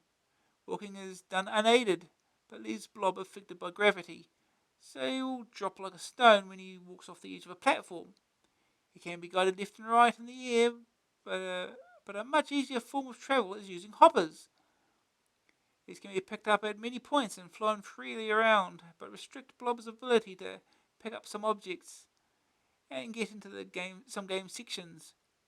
They sit underneath him like a hopper platform and can be dropped off at another hopper point when Blob needs to go on foot again. Another very handy means of transportation is the teleport terminals that can be used to get to a different area of the game. Each one has a 5-letter name which you need to know in order to use it, but once discovered they don't change in subsequent games, so travel becomes considerably faster. In some places there are anti-grav lifts that can only be used when on foot, but are essential in some sections where a hopper can't be taken. The aliens that inhabit the cave come in several different breeds, but there are only 2 important distinctions to be made between them. Most of them fly around the screen, draining Blob's energy when they touch him, but one particularly nasty type explodes on contact, losing him a life. Lives can also go down the Swanee by running out of energy or colliding with several deadly static objects. Other unmoving objects can be used to help our little friend, and they appear all over the place at random. There are 4 basic types that replace energy: platform blocks, bullets, and lives. There are also core elements, keys, and passes that will be needed to complete the game. The blocks and bullets also help Blood out, the former being used when on foot to get him over obstacles, and the latter to blast away most of the aliens. Blob can run out of all of these, particularly if you re-explore an area from the game from which you've removed all the replacements. The action is decidedly frantic, with the pressure always on from the energy-draining aliens. Along with the need for mapping and finding objects, this makes the gameplay demanding, so that you'll be absorbed enough not to notice the disappointing use of colour. Not very original, but packed with action and challenge for any standard of player. Green screen view. Some of the aliens are difficult to see, so you can be taken by surprise. Otherwise, it doesn't lose a lot, as the use of colour is pretty poor anyway. Good news! 512 screens. Nice movement controls for walking, flying, and lifts. Hectic gameplay with non-stop action to cope with. Plenty of objects and features to discover and use. Tough task, but easy to get into. Bad news: not much originality. Unimaginative use of colour. Second opinion. A big one for exploration freaks, and the gameplay is pretty strong too.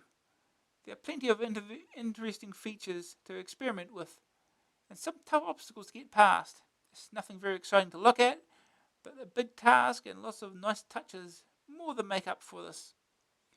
Graphics 67, Sonics 43, grab factor 83, staying power 80, overall ratings 80%. Probably deserves a little more than that, but whatever. I might be biased. Okay, let's get started here.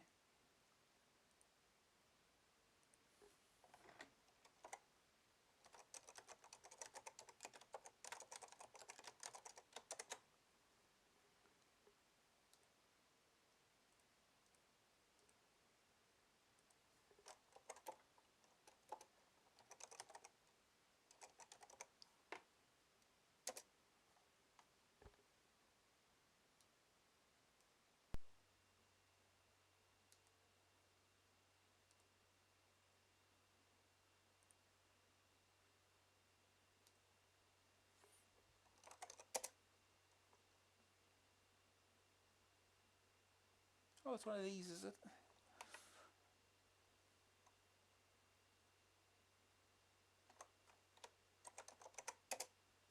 Bit of bar CPM.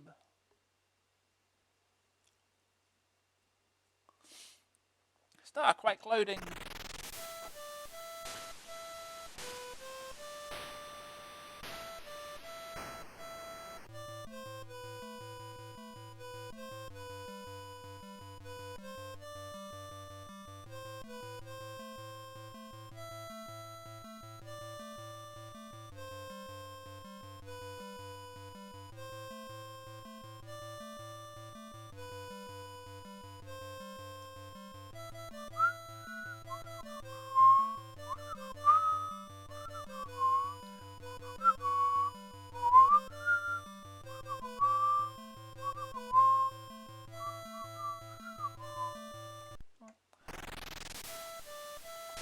Right, joystick 0. And start the game. Flight computer report. Touchdown imminent. Prepare for mission Starquake. Crash, bang, smash. Touchdown. Computer malfunction, malfunny thinking.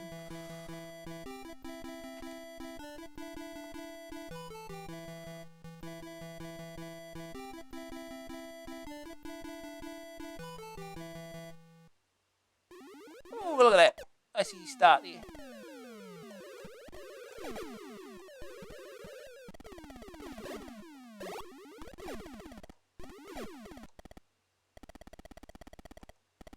Keep going.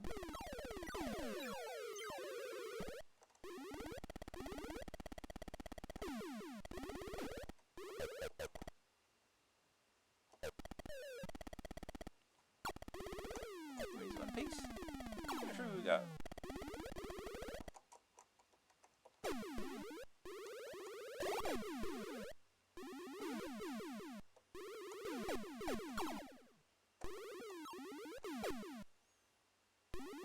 I'll leave that.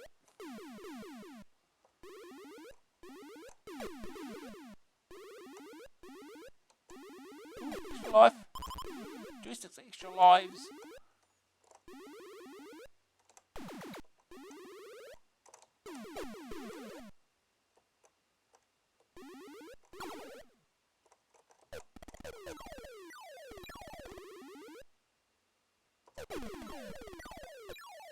Tell us. Core is here.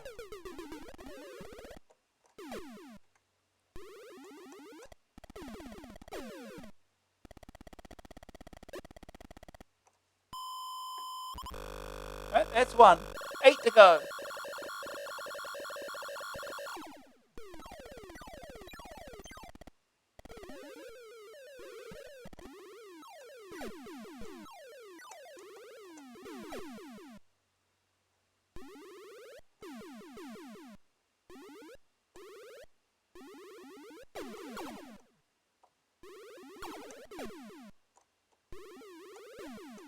Oh, jeez. These things.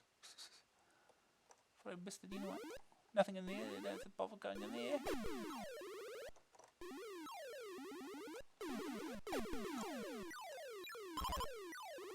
Life back.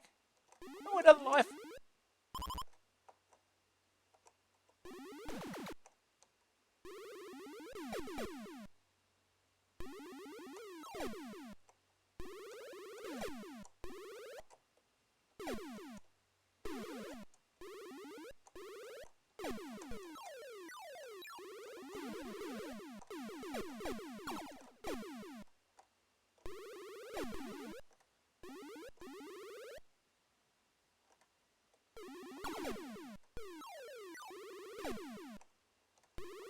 Extra life.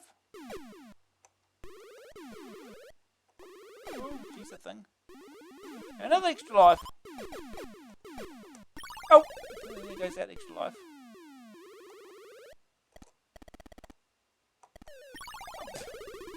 Well, there goes 2 extra lives.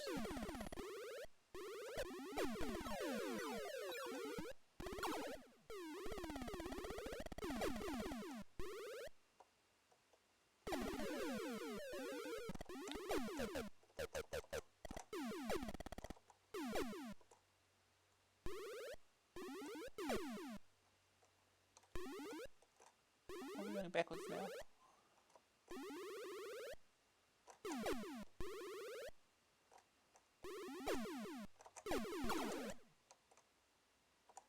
Oh, jeez. Oh!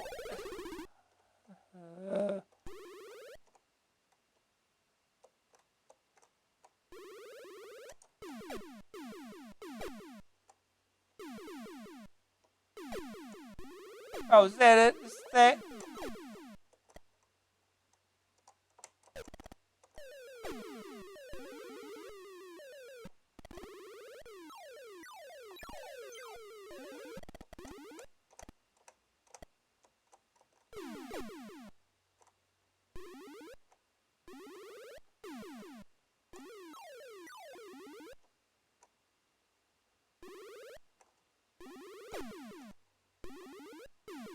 Right, we're here. This way, right? I'm running out of firepower. I need some shot power. There's an extra life. Need to get it. Synergy. There we go.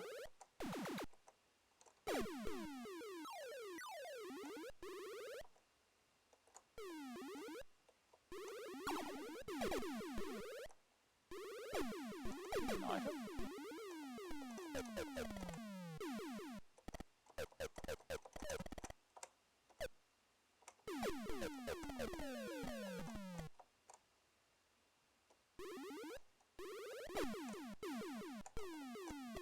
And here we go.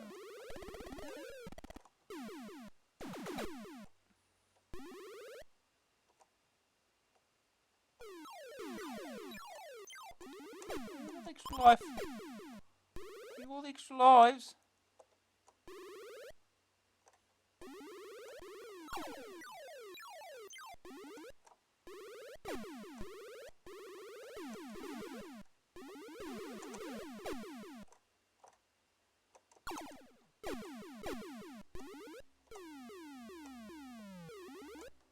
Hey, we're back at the beginning again.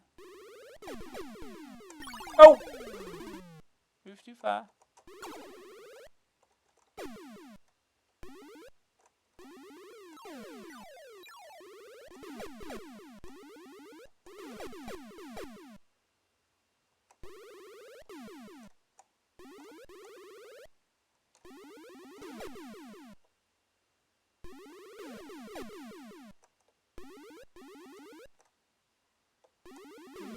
We know where the nearest thing is, so let's go this way again.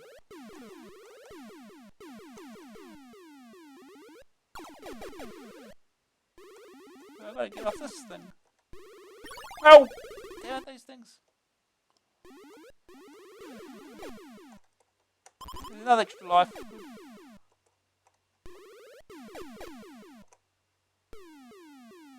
And another extra life.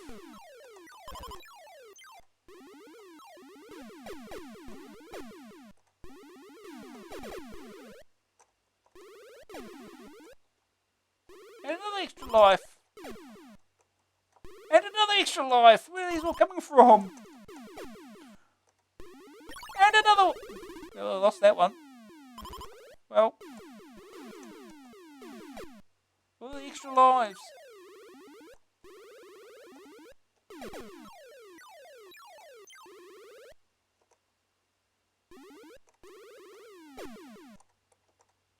Here, put this away now.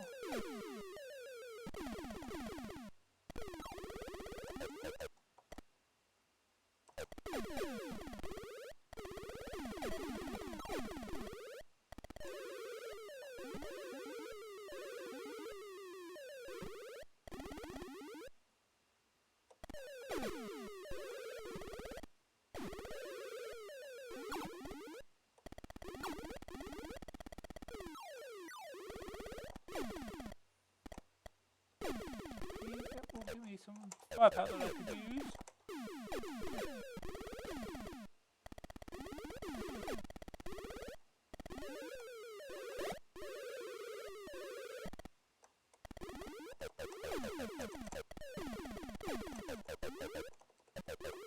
Ooh, the key!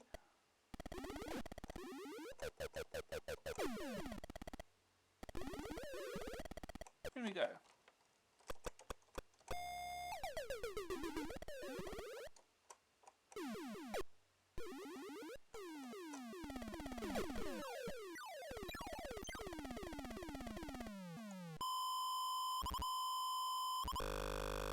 Okay, that's 3.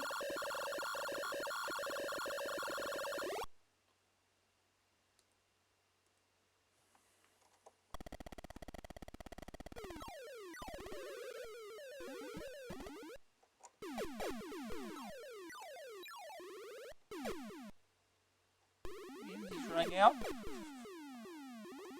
We'll go down this time. Easy.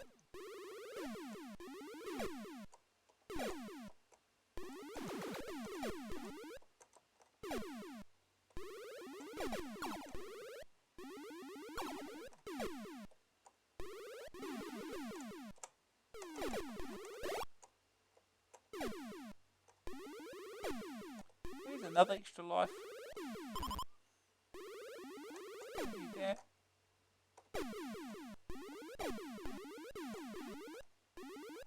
Okay, we can do that.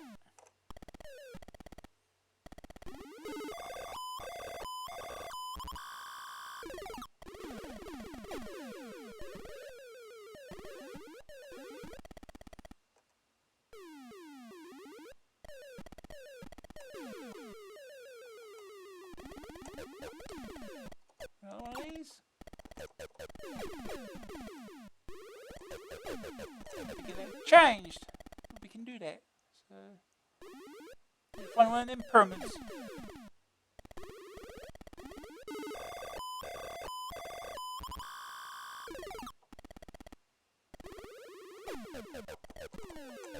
Ah. Oh. Yeah.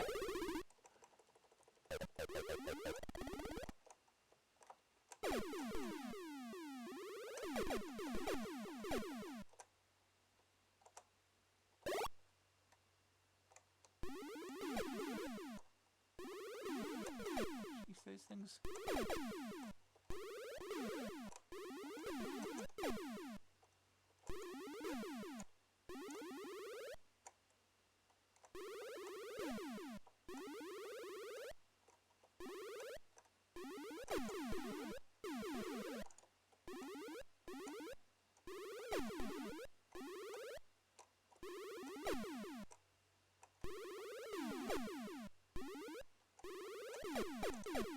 Got it.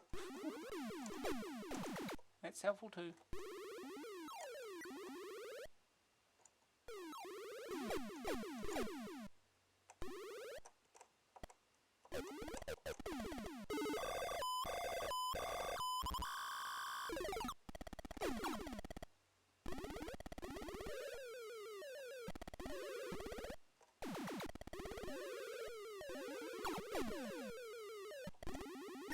Oh! Damn it, those things.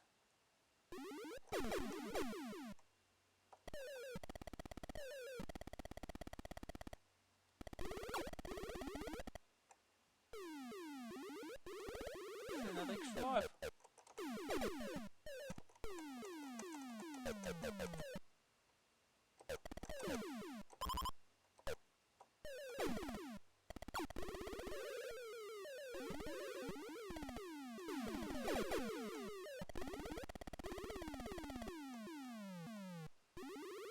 Here's another thing.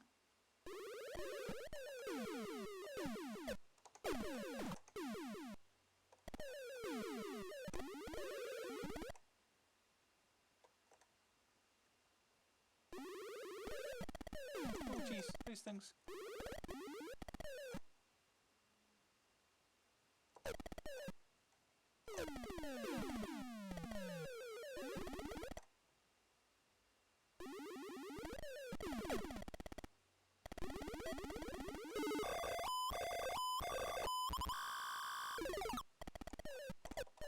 Oh no, no, no.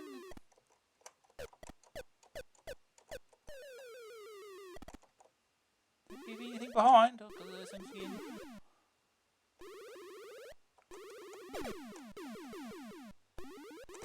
Oh jeez, these.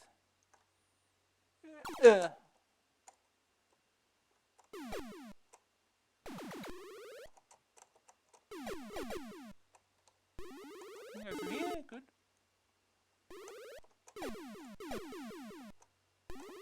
Life.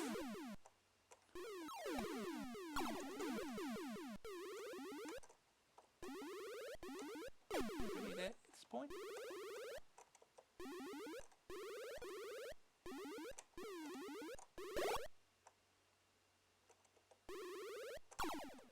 Oh, didn't really need that.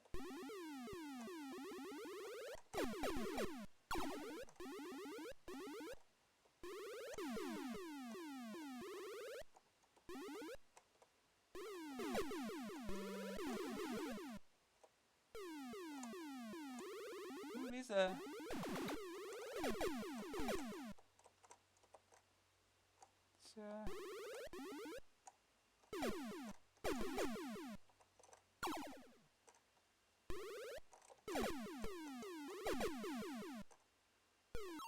Oh, there's another thing even. Damn it. Yeah.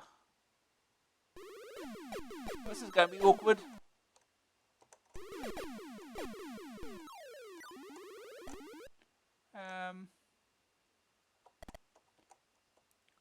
Maybe later, I think, is really what I need. Where is the nearest teleporter?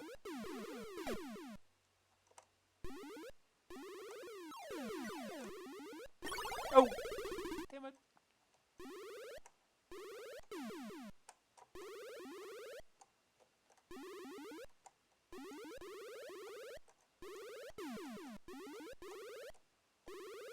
I'm sure there must be another teleporter around here somewhere. It's too big.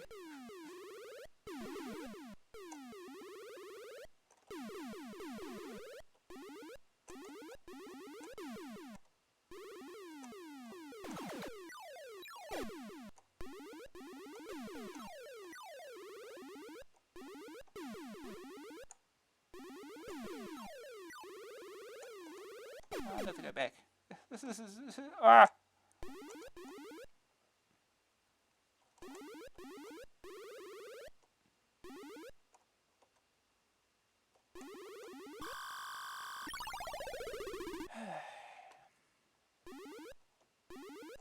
And there's the energy. Yay.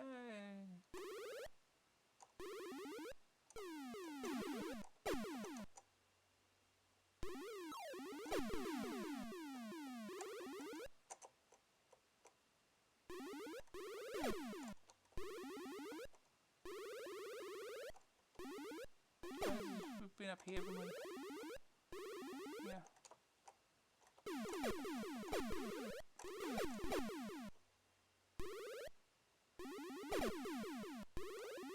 Oh, geez, those things.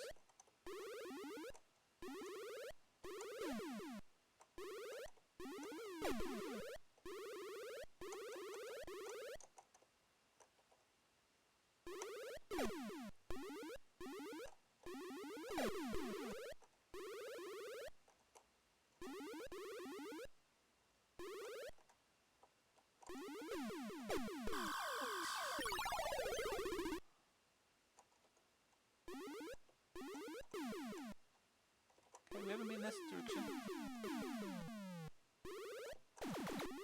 I'm just looking for another teleporter though. That's all I want.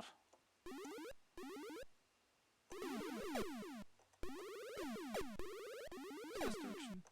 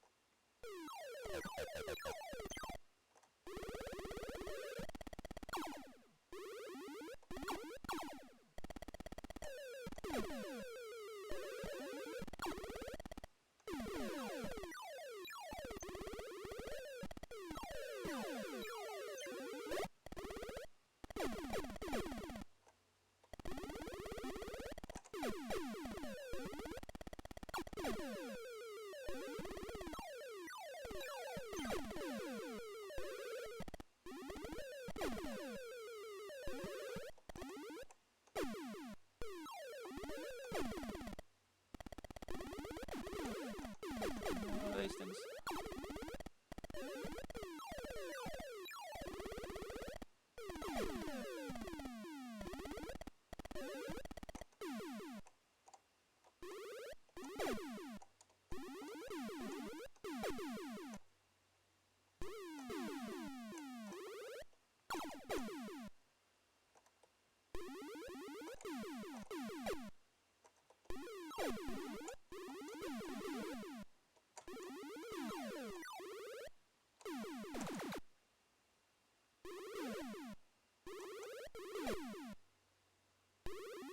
There's another piece here.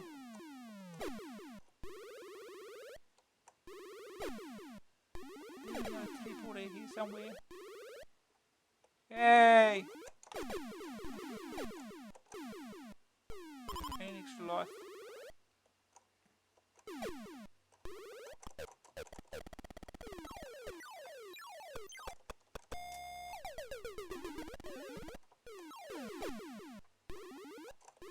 I got one item, I think.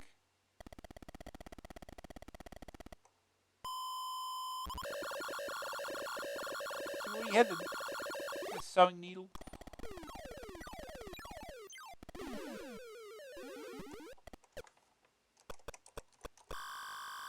No, where did we just come from? I didn't even pay attention. We'll just go here.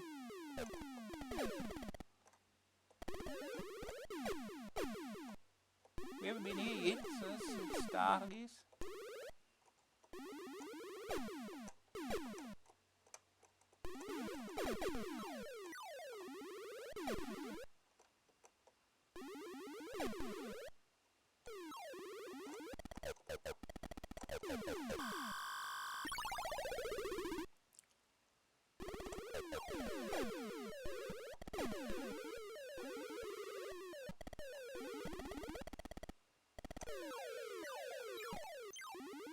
Here's another joystick.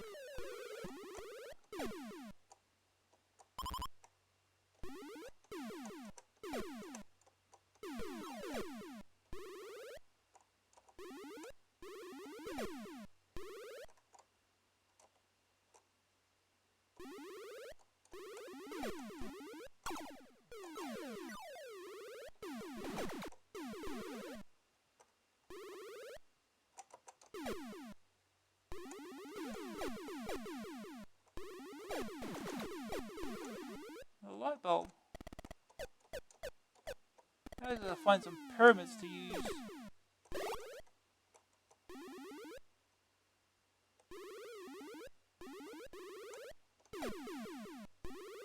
This is easier said than done usually.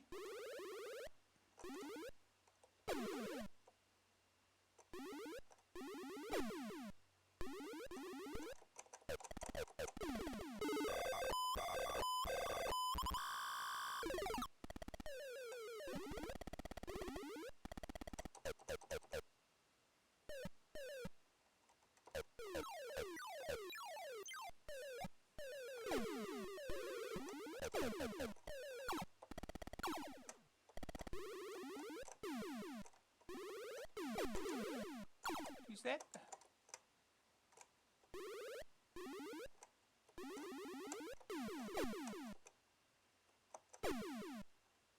Oh jeez.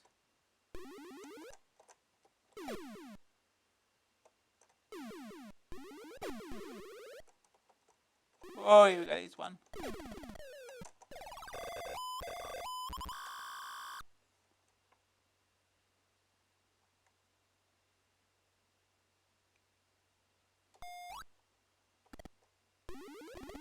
There's a thing. It's angle.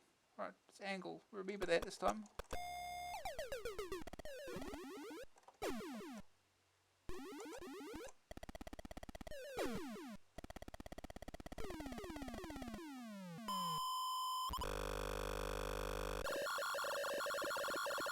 Okay, 5 pieces. Quite another pyramid.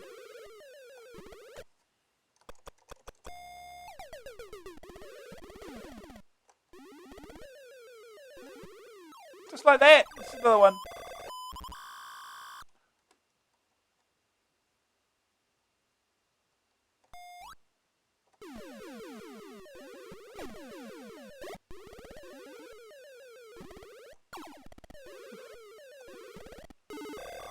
Another piece.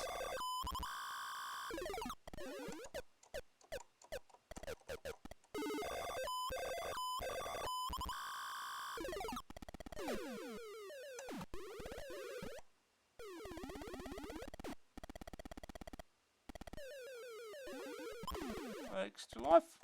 Thank you. Hey, see, back the teleporter. I'm eating back the teleporter. That's what I'm doing. Full on pieces.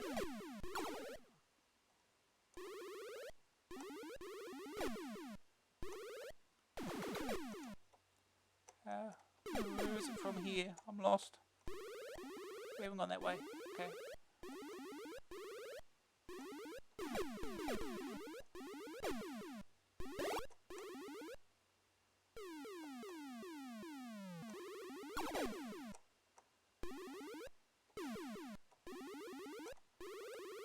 Have I gone this way either?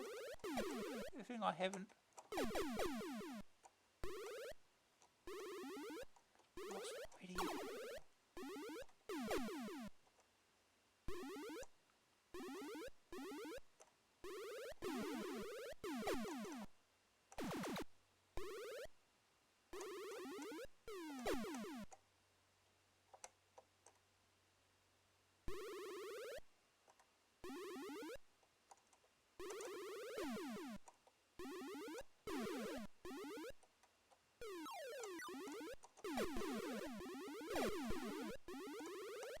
Here it is.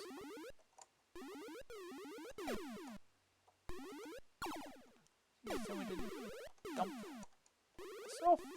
This will do.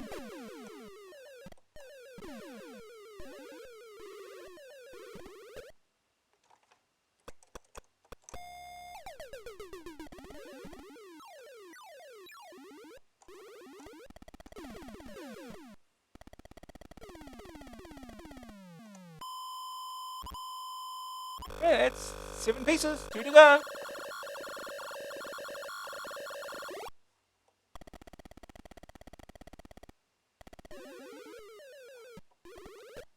Just gotta find more pyramids so it can change the key and then the card to 2 actual pieces. Just gotta find them. Where have we been yet?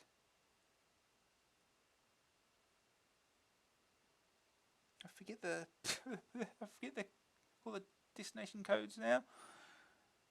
Go back here.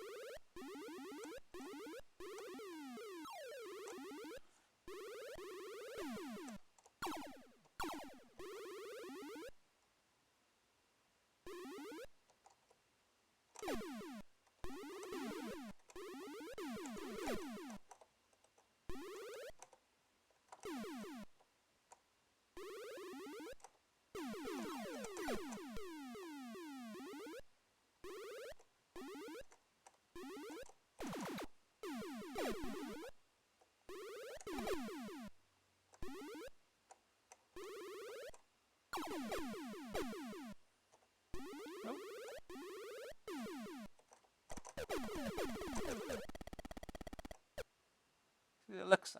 That's the one I was thinking of. I'll stay here. We've been that way. I've actually been here.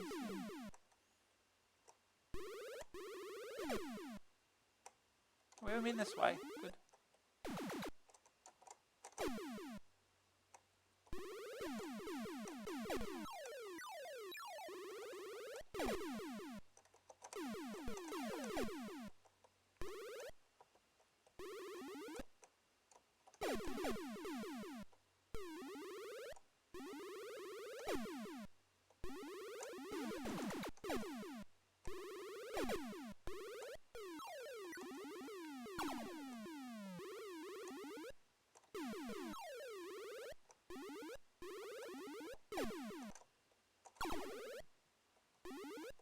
And here's a thing. Okay.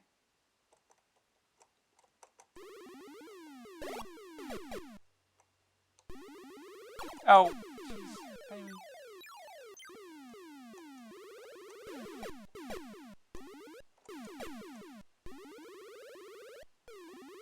Oh, damn things.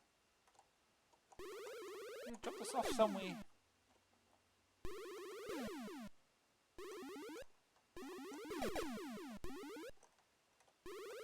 Ah, stupid things. I can drop one off here.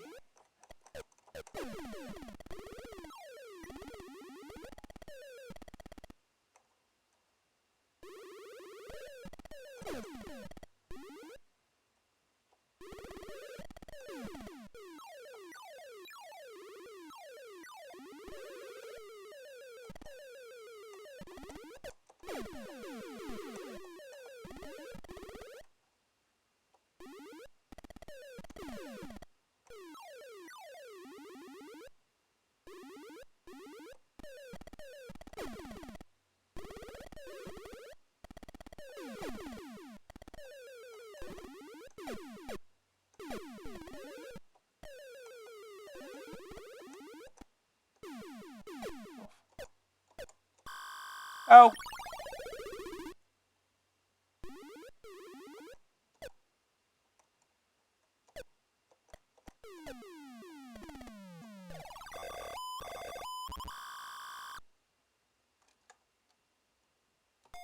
That's one we want.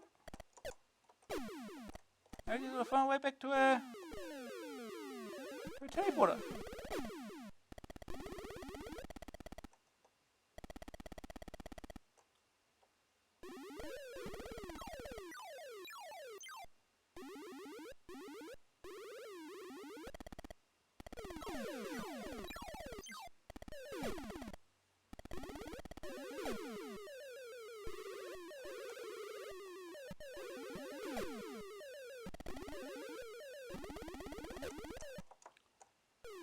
energy. There's energy right here. Oh! Never mind, I don't need energy. Just keep going. 5 lives left to get back to a teleporter.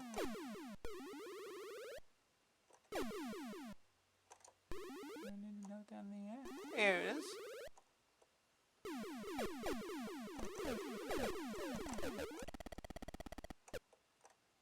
Almost out of firepower. Well, if that is, not that it matters.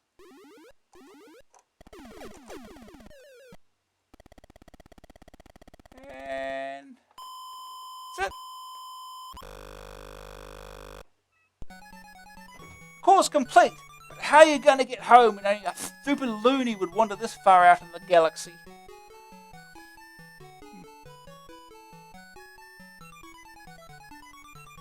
Take a screenshot of that.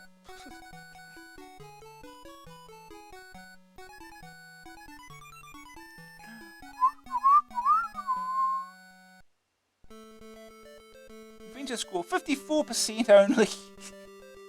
We only went through half the game. We finished it. 32 minutes. It's long enough.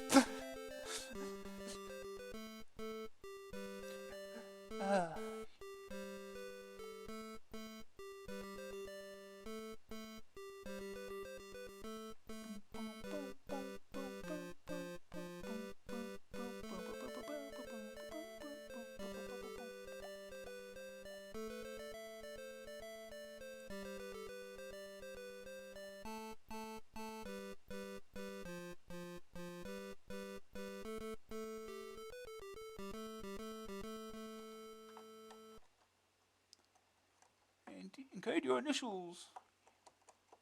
Oh, just type them, huh? Use the keyboard. There we go.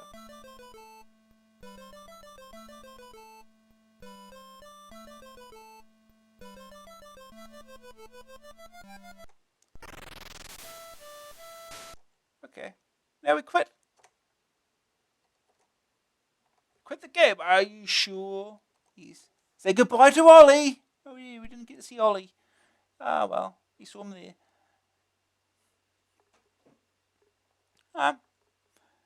That's Starquake. Back to magazine now. I'm not playing it again. It only took 30 minutes. Okay. Now, next game is Killapede. See, I wonder what the game this is based off of. Right. Killapede. Players. You will probably have guessed from the game name that this is a version of the arcade game Centipede, and not the first one on the Amstrad either. There are a number of differences in style and content from the existing best wriggler from Blaby. Yay, Blaby! But both are budget priced, rightly so, for an old arcade game. The action takes place in a garden under assault by a myriad of different insects, all hell bent on the destruction of your dynamic debugging thing, DDT, get it? The insect's wall. This is located at the bottom of the screen and can move around the lower quarter of the display. It shoots knives up the screen that will destroy all manner of creepy crawly, nasty wasty, buggy wuggies. The screen starts off being dotted with mushrooms that serve to get in the DDT's way and to accelerate the progress down the screen of the Killapede that appears at the top. This is the main object of your attentions and is composed of a number of segments which all have to be destroyed. When a segment is hit, the Killapede splits in two, leaving a mushroom behind on the spot. Once the pede has been destroyed, another one appears to take its place, but it is longer than before. Running into a segment causes the DDT to explode like a melon, hitting a pavement from 10 stories up. Ooh. The death routine is repeated every time the DDT meets any of the other pests. The swarm of enemies include fleas that drop down the screen, leaving a trail of mushrooms behind them. This way, the screen can quickly become clogged and restrict both movement and the ability to shoot things. Mushrooms can be turned into magic ones by snails that crawl across the screen. When a pede hits one of these tasty toadstools, it comes straight down the screen and leaves interrupted by a quick knife in the head, because you're shooting knives for reasons. Down at the base of the screen as the DDT is harassed by spiders and ants. Spiders bounce right across the screen, looking more like Magnus Pike than a spiked hairdo, and the ants move straight across, trying to home in on you. A much prettier adversary are the butterflies that flutter by occasionally and can be blasted from the skies for a healthy bonus score. Last but not least is a ghost that appears when a piece of peed reaches the bottom of the screen. He can't be shot but disappears when all the peed is destroyed. If you take too long, he will advance down the screen and you will be a dead DDT. The action is nowhere near as adrenaline pumping as Wriggler, because it's much slower, but it has a lot going in favour of it. Though slow, the action is tough, and certainly has plenty of colours. The presentation is also to be commended, with some very impressive speech synthesis without the need for hardware, and some very colourful writing. A bit of a war of attrition because of its slow speed, but otherwise a very enjoyable and cheap blast. Green screen view. Well chosen colour combinations mean it's still playable, at least for as many stages as I could get through. Second opinion. Big, bright and colourful, it's an above average version of a truly addictive game until you play it. It looks great, it sounds amazing, but it's too slow. There's another insane panic that's so vital to Centipede clones. Admire its speech, but buy a Wriggler for gameplay. Yeah, they're suggesting you buy a Game Boy Blaby instead of this. Good news! Good speech with no extra hardware required. Lots of different insects to cope with. Good use of colour. Gets tough as you overrun in later stages. Bad news, action is slow. Doesn't get the adrenaline pumping as much as Wriggler. Graphics, 58. Sonics, 71. Grab factor, 55. Staying power, 59. Overall rating is 64%.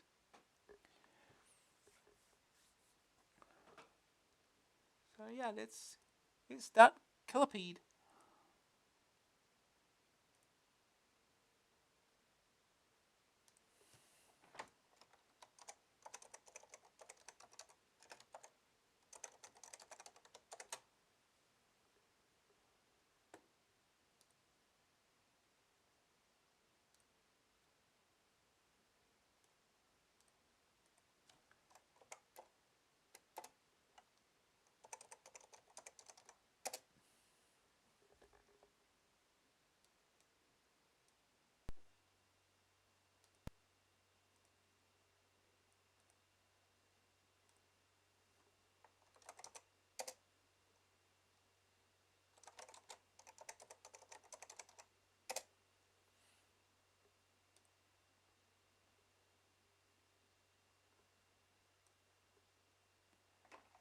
Killapede.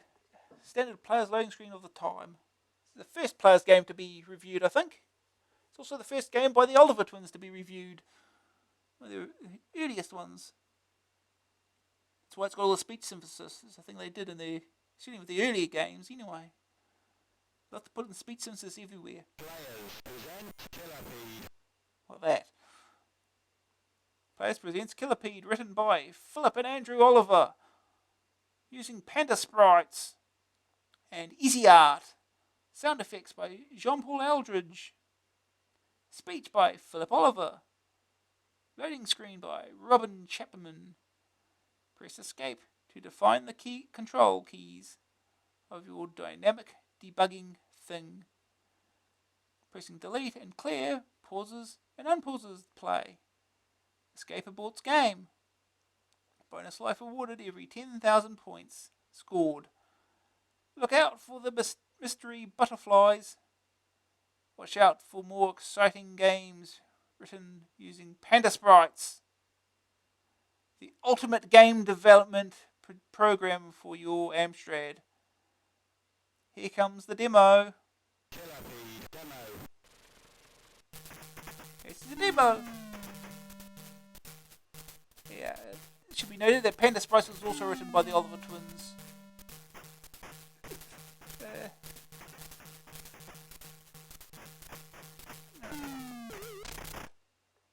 Killapede Hall of Fame. Hall of Fame. Okay, here's the find these keys. Oh, let's shoot. Did that wrong. Do it again. Fire. Up. Right. Down. Killapede, Hall of Fame. Oh. Prepare for the Killapede. Okay, here we go. Whee.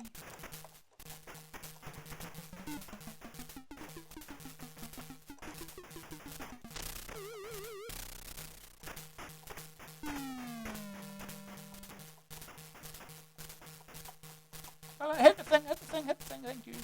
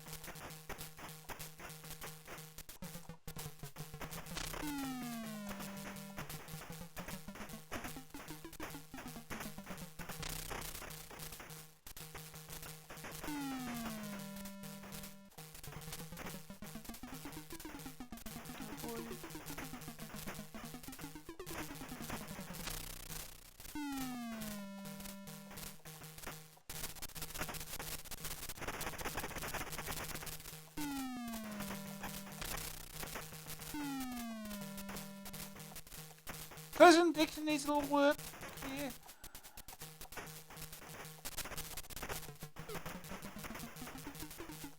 What the hell is that thing? What's 800 points, whatever it is.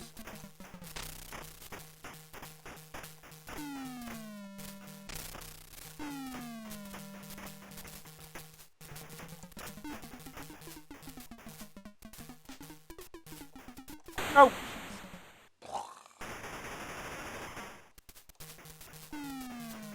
Here's the butterfly. Well, 3,000 points. Was it 2,500? 2,500 points. We've got extra life.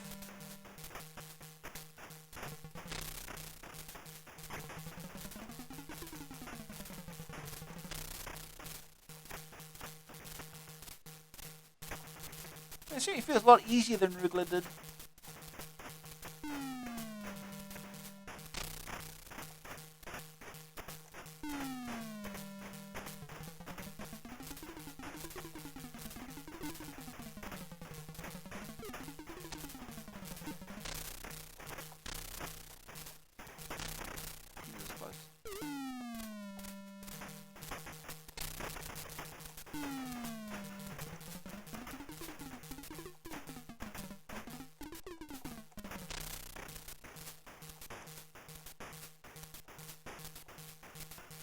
So you just slow down a bit.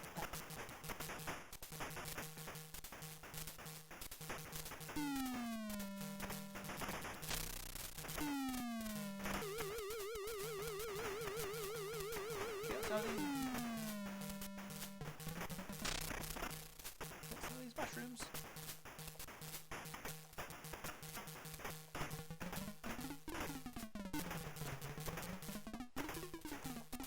Go! Spiders.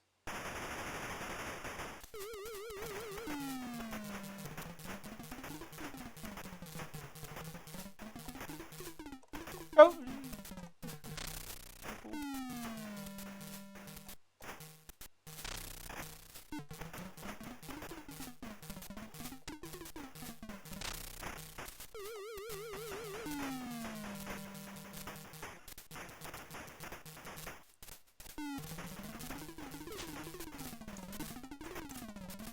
Oh!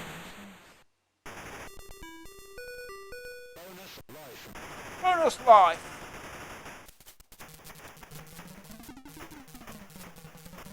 Oh jeez. Oh jeez, see that thing. Goddamn ants.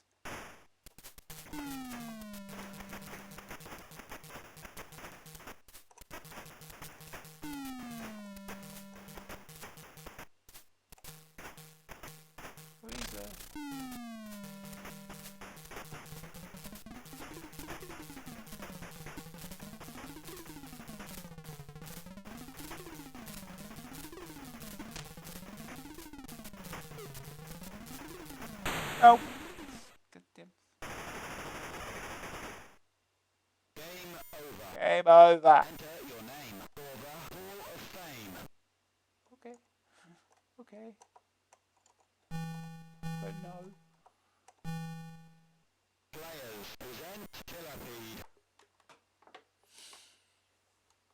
Yeah, that's really interesting. I'm going to get 150,000 though. Little optimistic for this, for the high score table here. Sorry, Hall of Fame. Prepare for the Killapede. Try again. Let's give it one more go.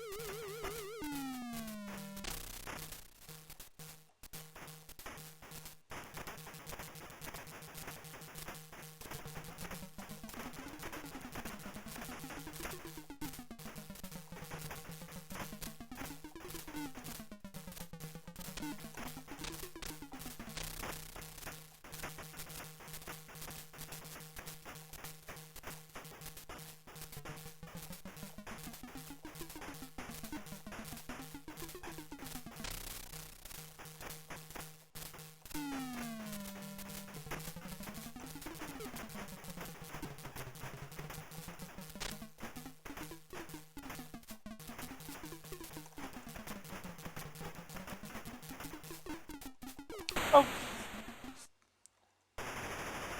Yeah, you just little dime.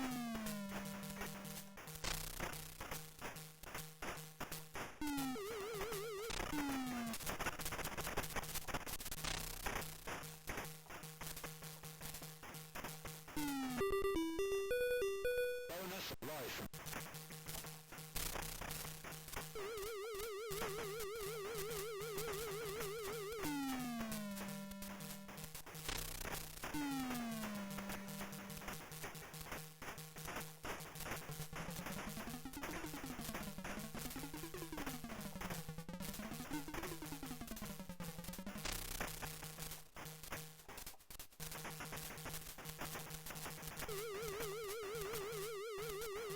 Oh, it's the butterfly.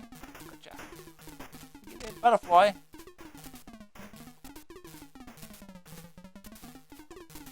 Yeah.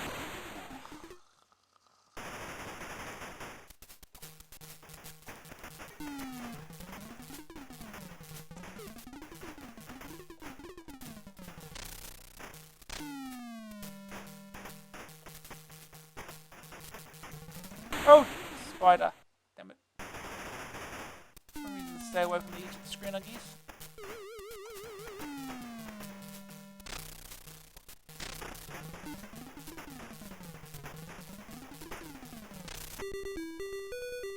Bonus life.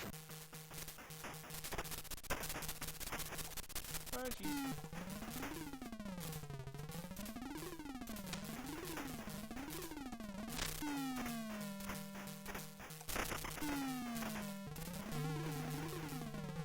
Goes!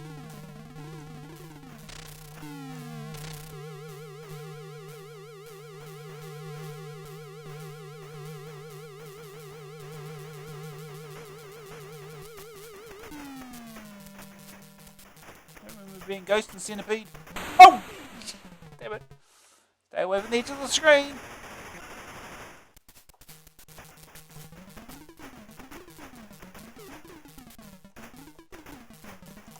Ah. Well, that didn't go so well. Game over. Enter your name for the Hall of Fame. Killapede Hall of Fame. Oh, that's Killapede. It's what it says it is. It's just a Centipede ripoff. Anyway, we'll leave it at that. Expect more things from the Oliver twins in the future.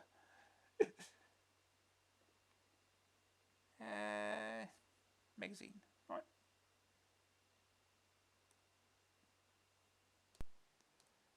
to magazine.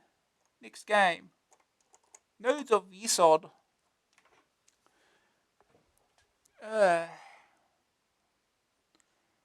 Lunar monoliths are nothing new to anyone who has read or seen 2001 A Space Odyssey, but the problem here is finding one. To do this, a little spaceman called Charlie has to collect 8 alchems from the lunar cave system and cope with all the dangers there. Our bubble-headed hero begins his quest on the moon's surface. There's a craggy mountain range in the background, and in the foreground are craters and holes in the ground. Everything is grey, very realistic. From time to time, a mole will pop out of one of the craters, now revealed as molehills. Not very realistic. If you jump at the mole, performing a graceful, weightless somersault in the process, you can be caught and put to use later on. Okay. Walking over one of the holes in the ground drops you into the underground cave system where the alchems are located. The caverns consist of relatively bare flick screens, as opposed to scrolling screens, most of which contain a number of platforms and lunar nasties. Charlie gets around by jumping between platforms, but has to be careful because very long drops can end one of his 3 lives, i.e. fall damage. Judging some jumps can be quite difficult, and you may end up infuriated at having just failed to make a leap and slipping off the edge of a platform. The other way Charlie can die is by coming into contact with the underground aliens. These come in 2 basic varieties, ones that float around the caves and explode on contact with you, and ones that walk around the bottom of caves and bounce you into the air on contact. These both gradually drain your energy until only a crumpled spacesuit is left as evidence of your existence. The aliens are nicely designed and animated, but like a lot of the cave system, are dull in colour. The mole that Charlie picked up comes in handy for performing 2 jobs. He can explode some aliens on contact, but most important, he can dig holes in walls. You can only find out which walls through trial and error, but a seemingly hopeless position or particular arrangement of platforms may give clues. The holes the moles dig give access to other sections of the game, essential to completing it. Okay, secret rooms that are required. The alchems are shiny crystals that are tough to find and not safe even then. Other space-suited searchers will appear on some screens, and if they touch Charlie, will explode, taking one of the alchems with them. These and many other hazards can be dealt with using gravity sticks, which are collected along with an extra life. They remove some aliens and stop the alchem thieves in their tracks. The game has other nice touches like a tunnel with an updraft which you can float up and down, invisible holes in the floor, and whirlwinds that act like teleports. Yeah, that sounds like fun. And these may help or hinder, but all make mapping the game as you go a great help. Graphics are the main disappointment about the game. They may be atmospheric and lunar-like, but they're also very dull. The action itself takes a little while to get to grips with, but once you've started exploring properly, there's quite a bit to see and do. Nice exploration game, but not one that's going to set your mind or joystick alight.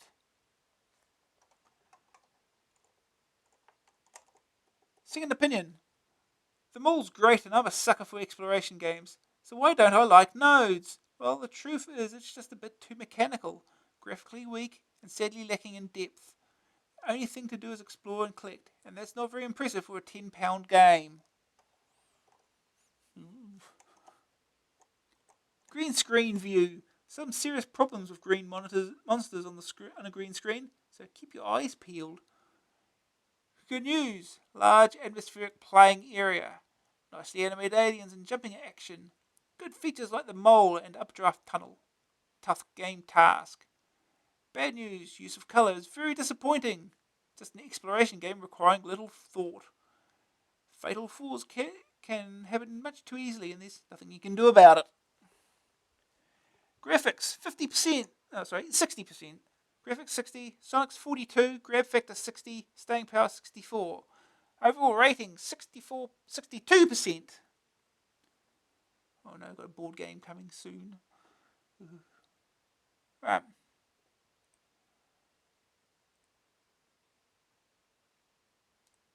Let's get this set up now.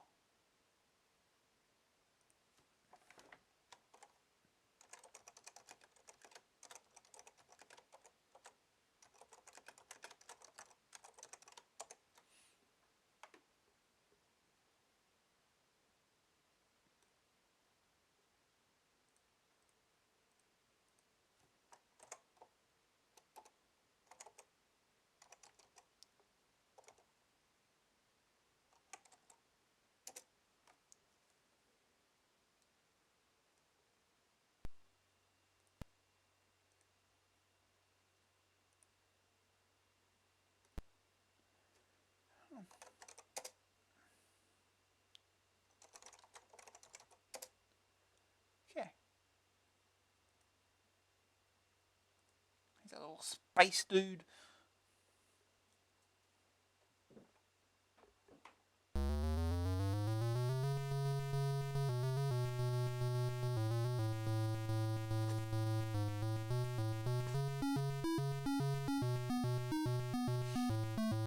Copyright OCG. Not going to confuse it with ACG.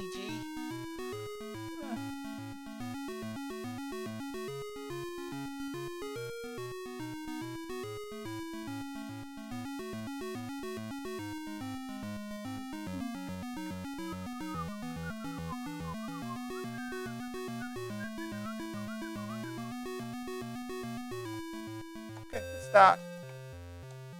Is that little dude? Can we go left? We can go left, huh? How about that? And jump. Tumble. Like a little dizzy almost. Ooh, where the mole's coming.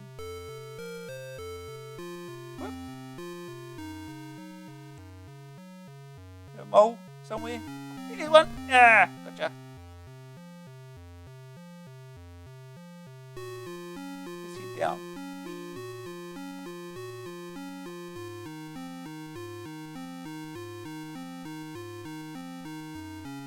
That wasn't too far.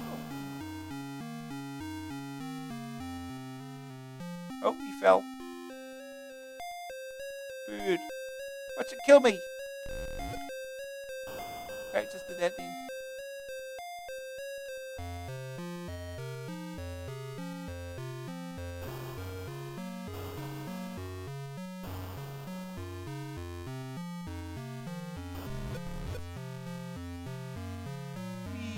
It's bouncing me around. Am I stuck here?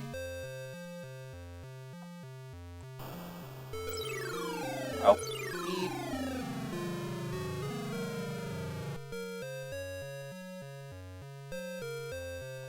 Now what? Oh. Oh. Oh. That's what you little. Oh, you use your little mole. Okay, now do we get out of here? Oh, we jumped over. Oh no.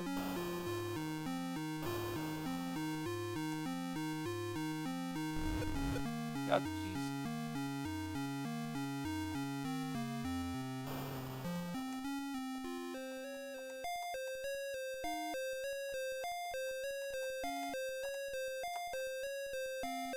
Oh no.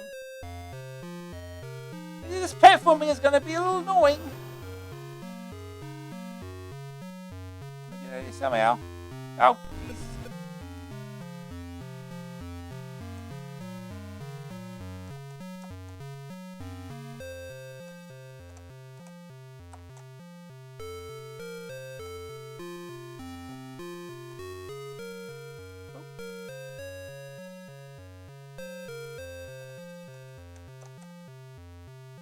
Oh no.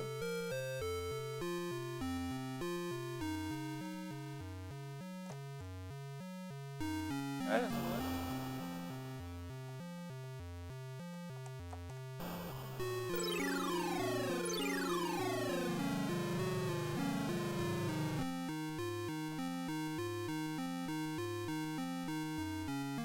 Do I have infinite lives?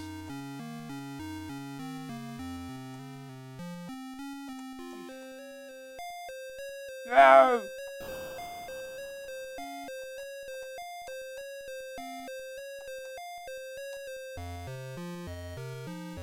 Oh, no.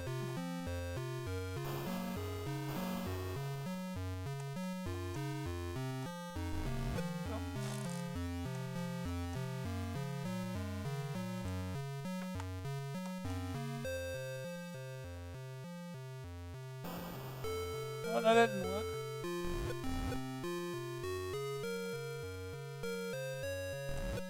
Oh, damn it. Stop it, bird. Oh, I'm stuck here for a while. Oh, here we go.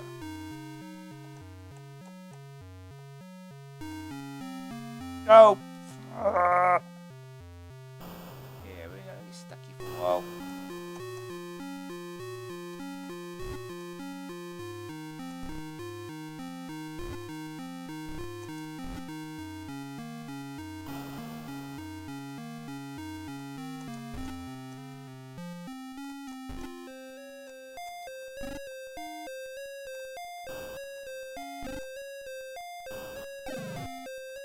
Oh, we died. Oh, yeah, we don't have infinite lives. Good. Somehow we died.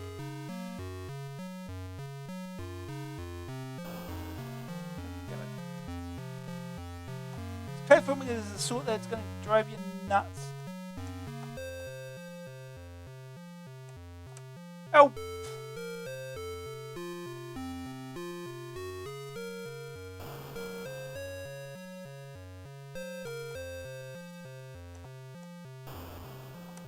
Ah!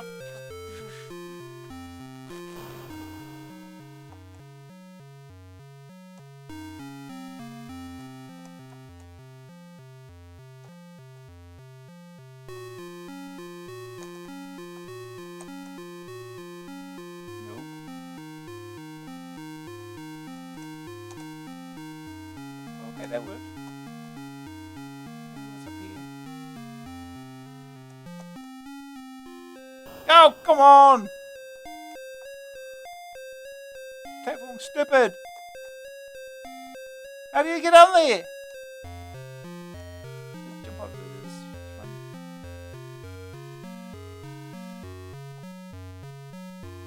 Oh.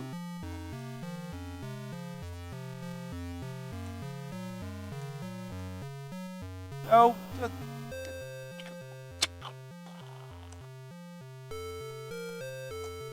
No. Well. This is. Oh,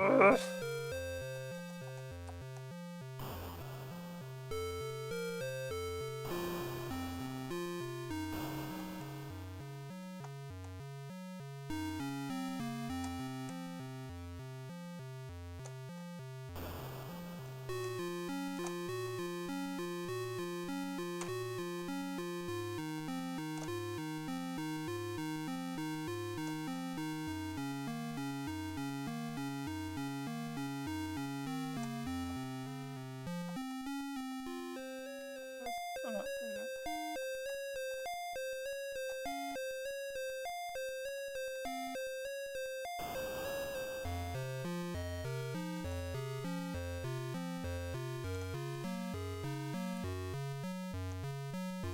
Go. No! Oh no! Well, we did.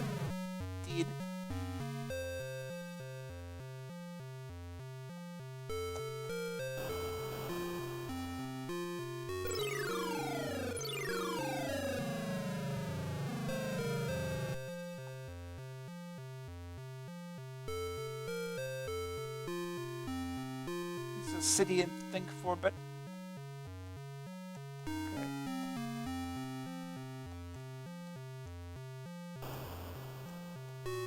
Oh!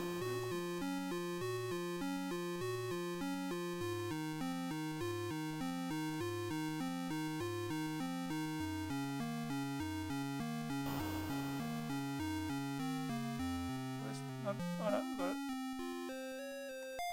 Oh, I went too far again! And they'll be dead.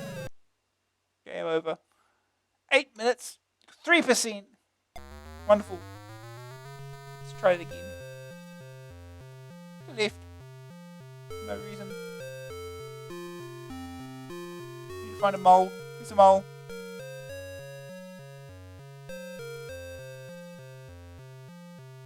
Oh, I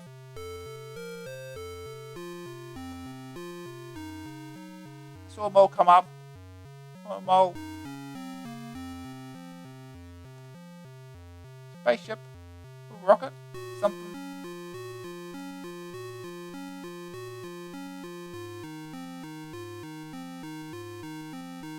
Here he is. Yeah.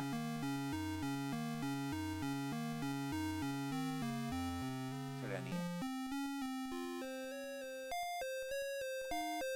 I didn't get the mole, did I, huh? Oh no, here he is.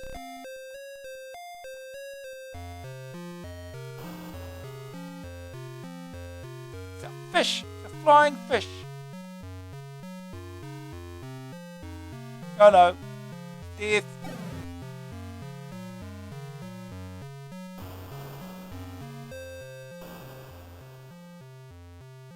Yeah, nothing down there.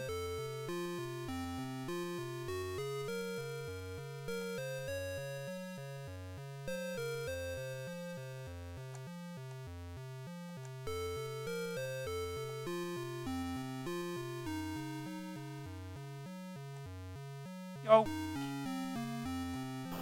Oh, too far. Oh.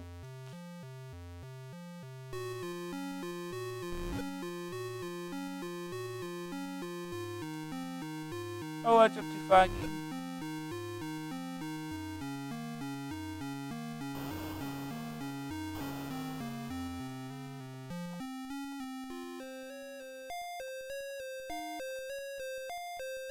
Oh!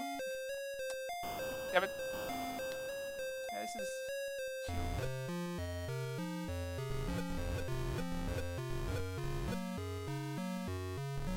Uncontrollable bouncing! That's exactly what you wanted in your platformer.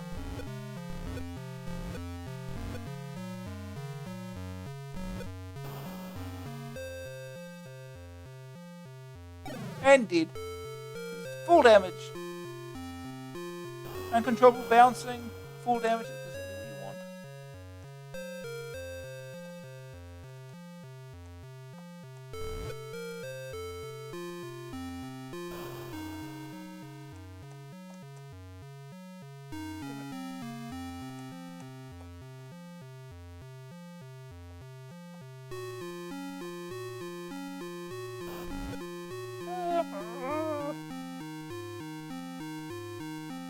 Well, I think we're stuck down here.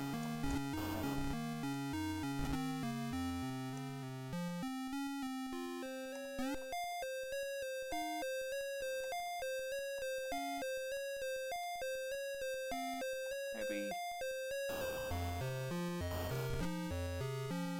Oh! Here we go, here we go, here we go, here we go.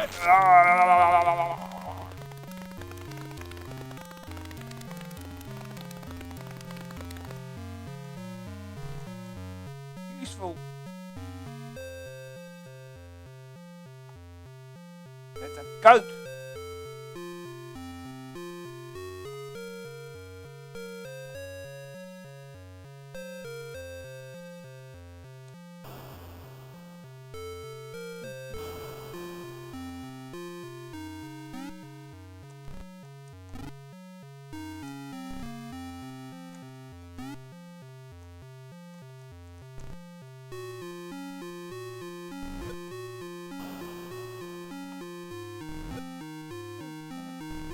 Oh,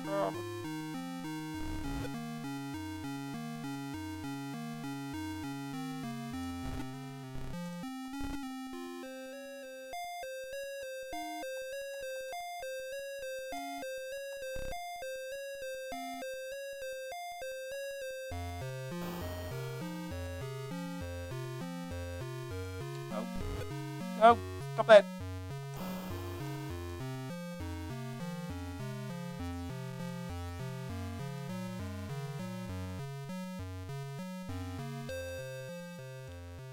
Oh. This platform is miserable.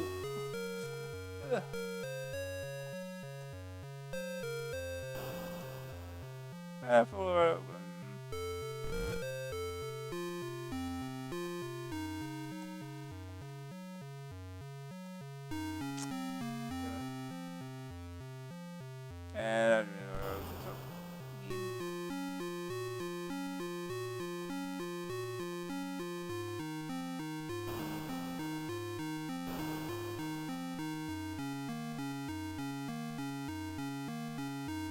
not make this jump?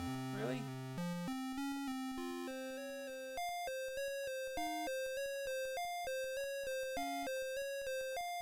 There we go. It's absolutely pointless.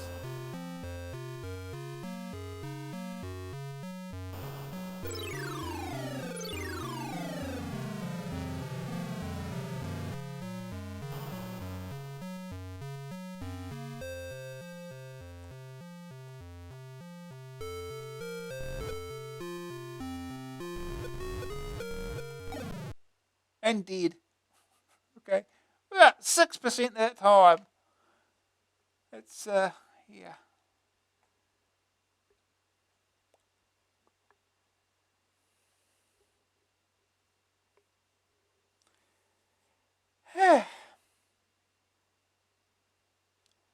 We'll play it one more time. It's not quite 11 o'clock yet. Let's find our mole friend. Now, where can we fall down?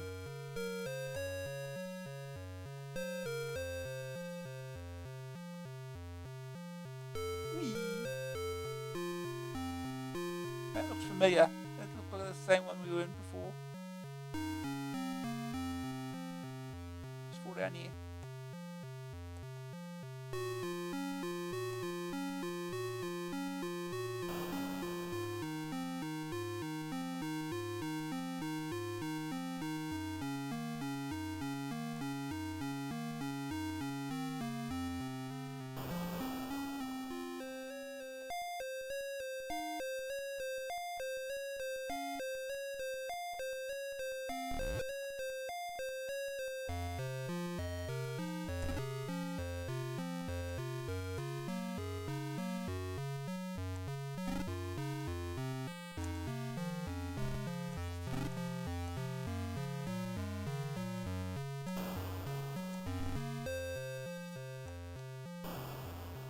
This direction.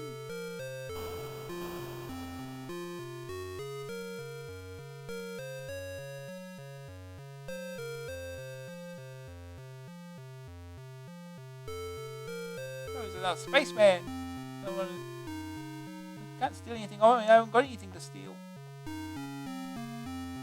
Yet. Oh, now I do.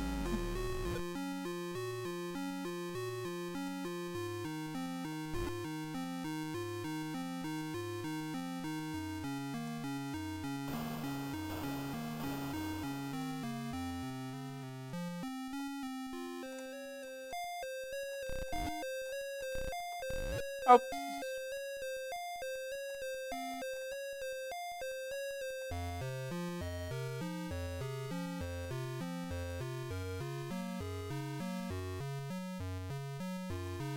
More precision jumping.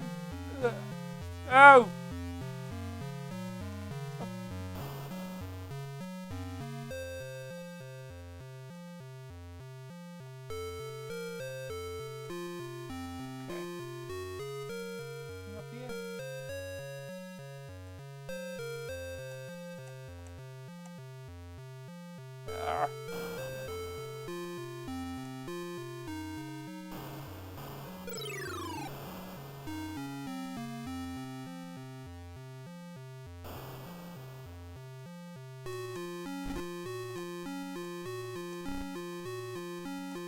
Oh. I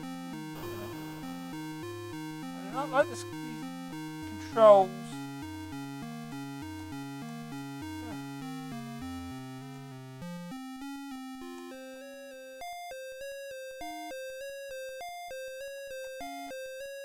What's up here?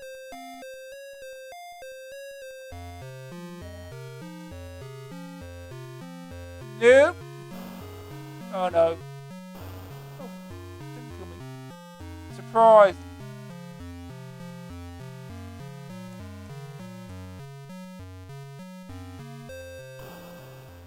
I gotta do all this again. Platform's stupid. I got it right on the edge. It's absolutely perfect.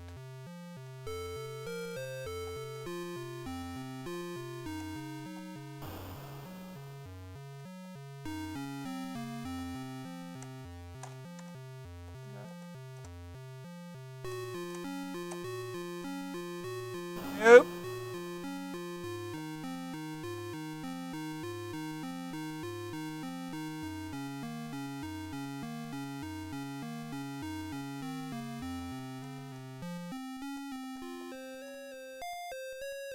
Oh.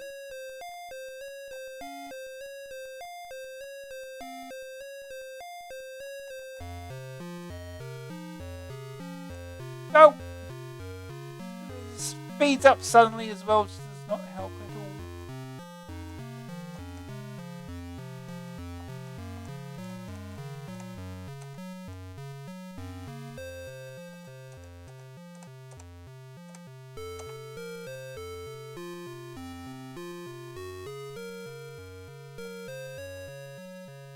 Oh, there you go. Oh no.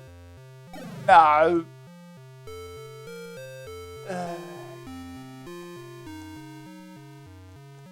Do it again.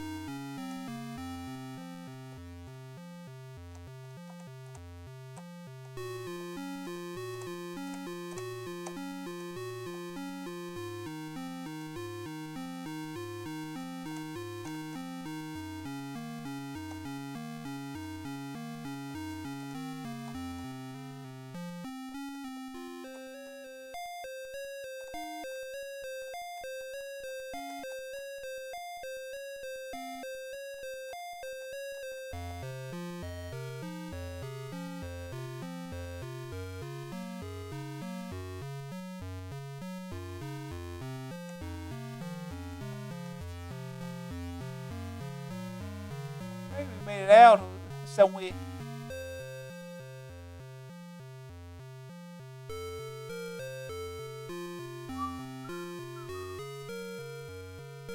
Down here.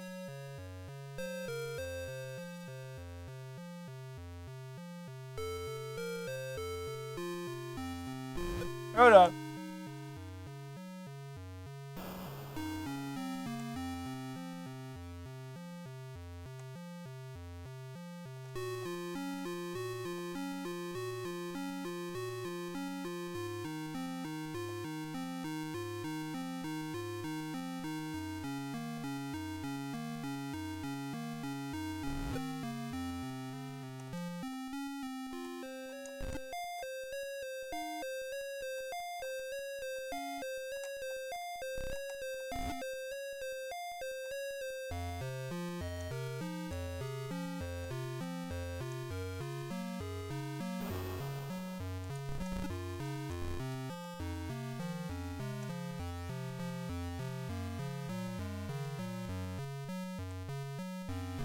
Oh no. Ended.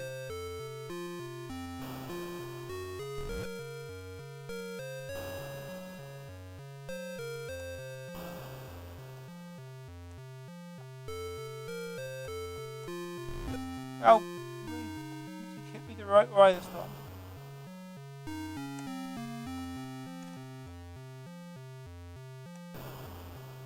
Oh no, it's death. 8%. We're improving. Yeah, that's Nose of Yesod. Right on 11 o'clock. So yeah, that'll be all for tonight. We'll continue this next week.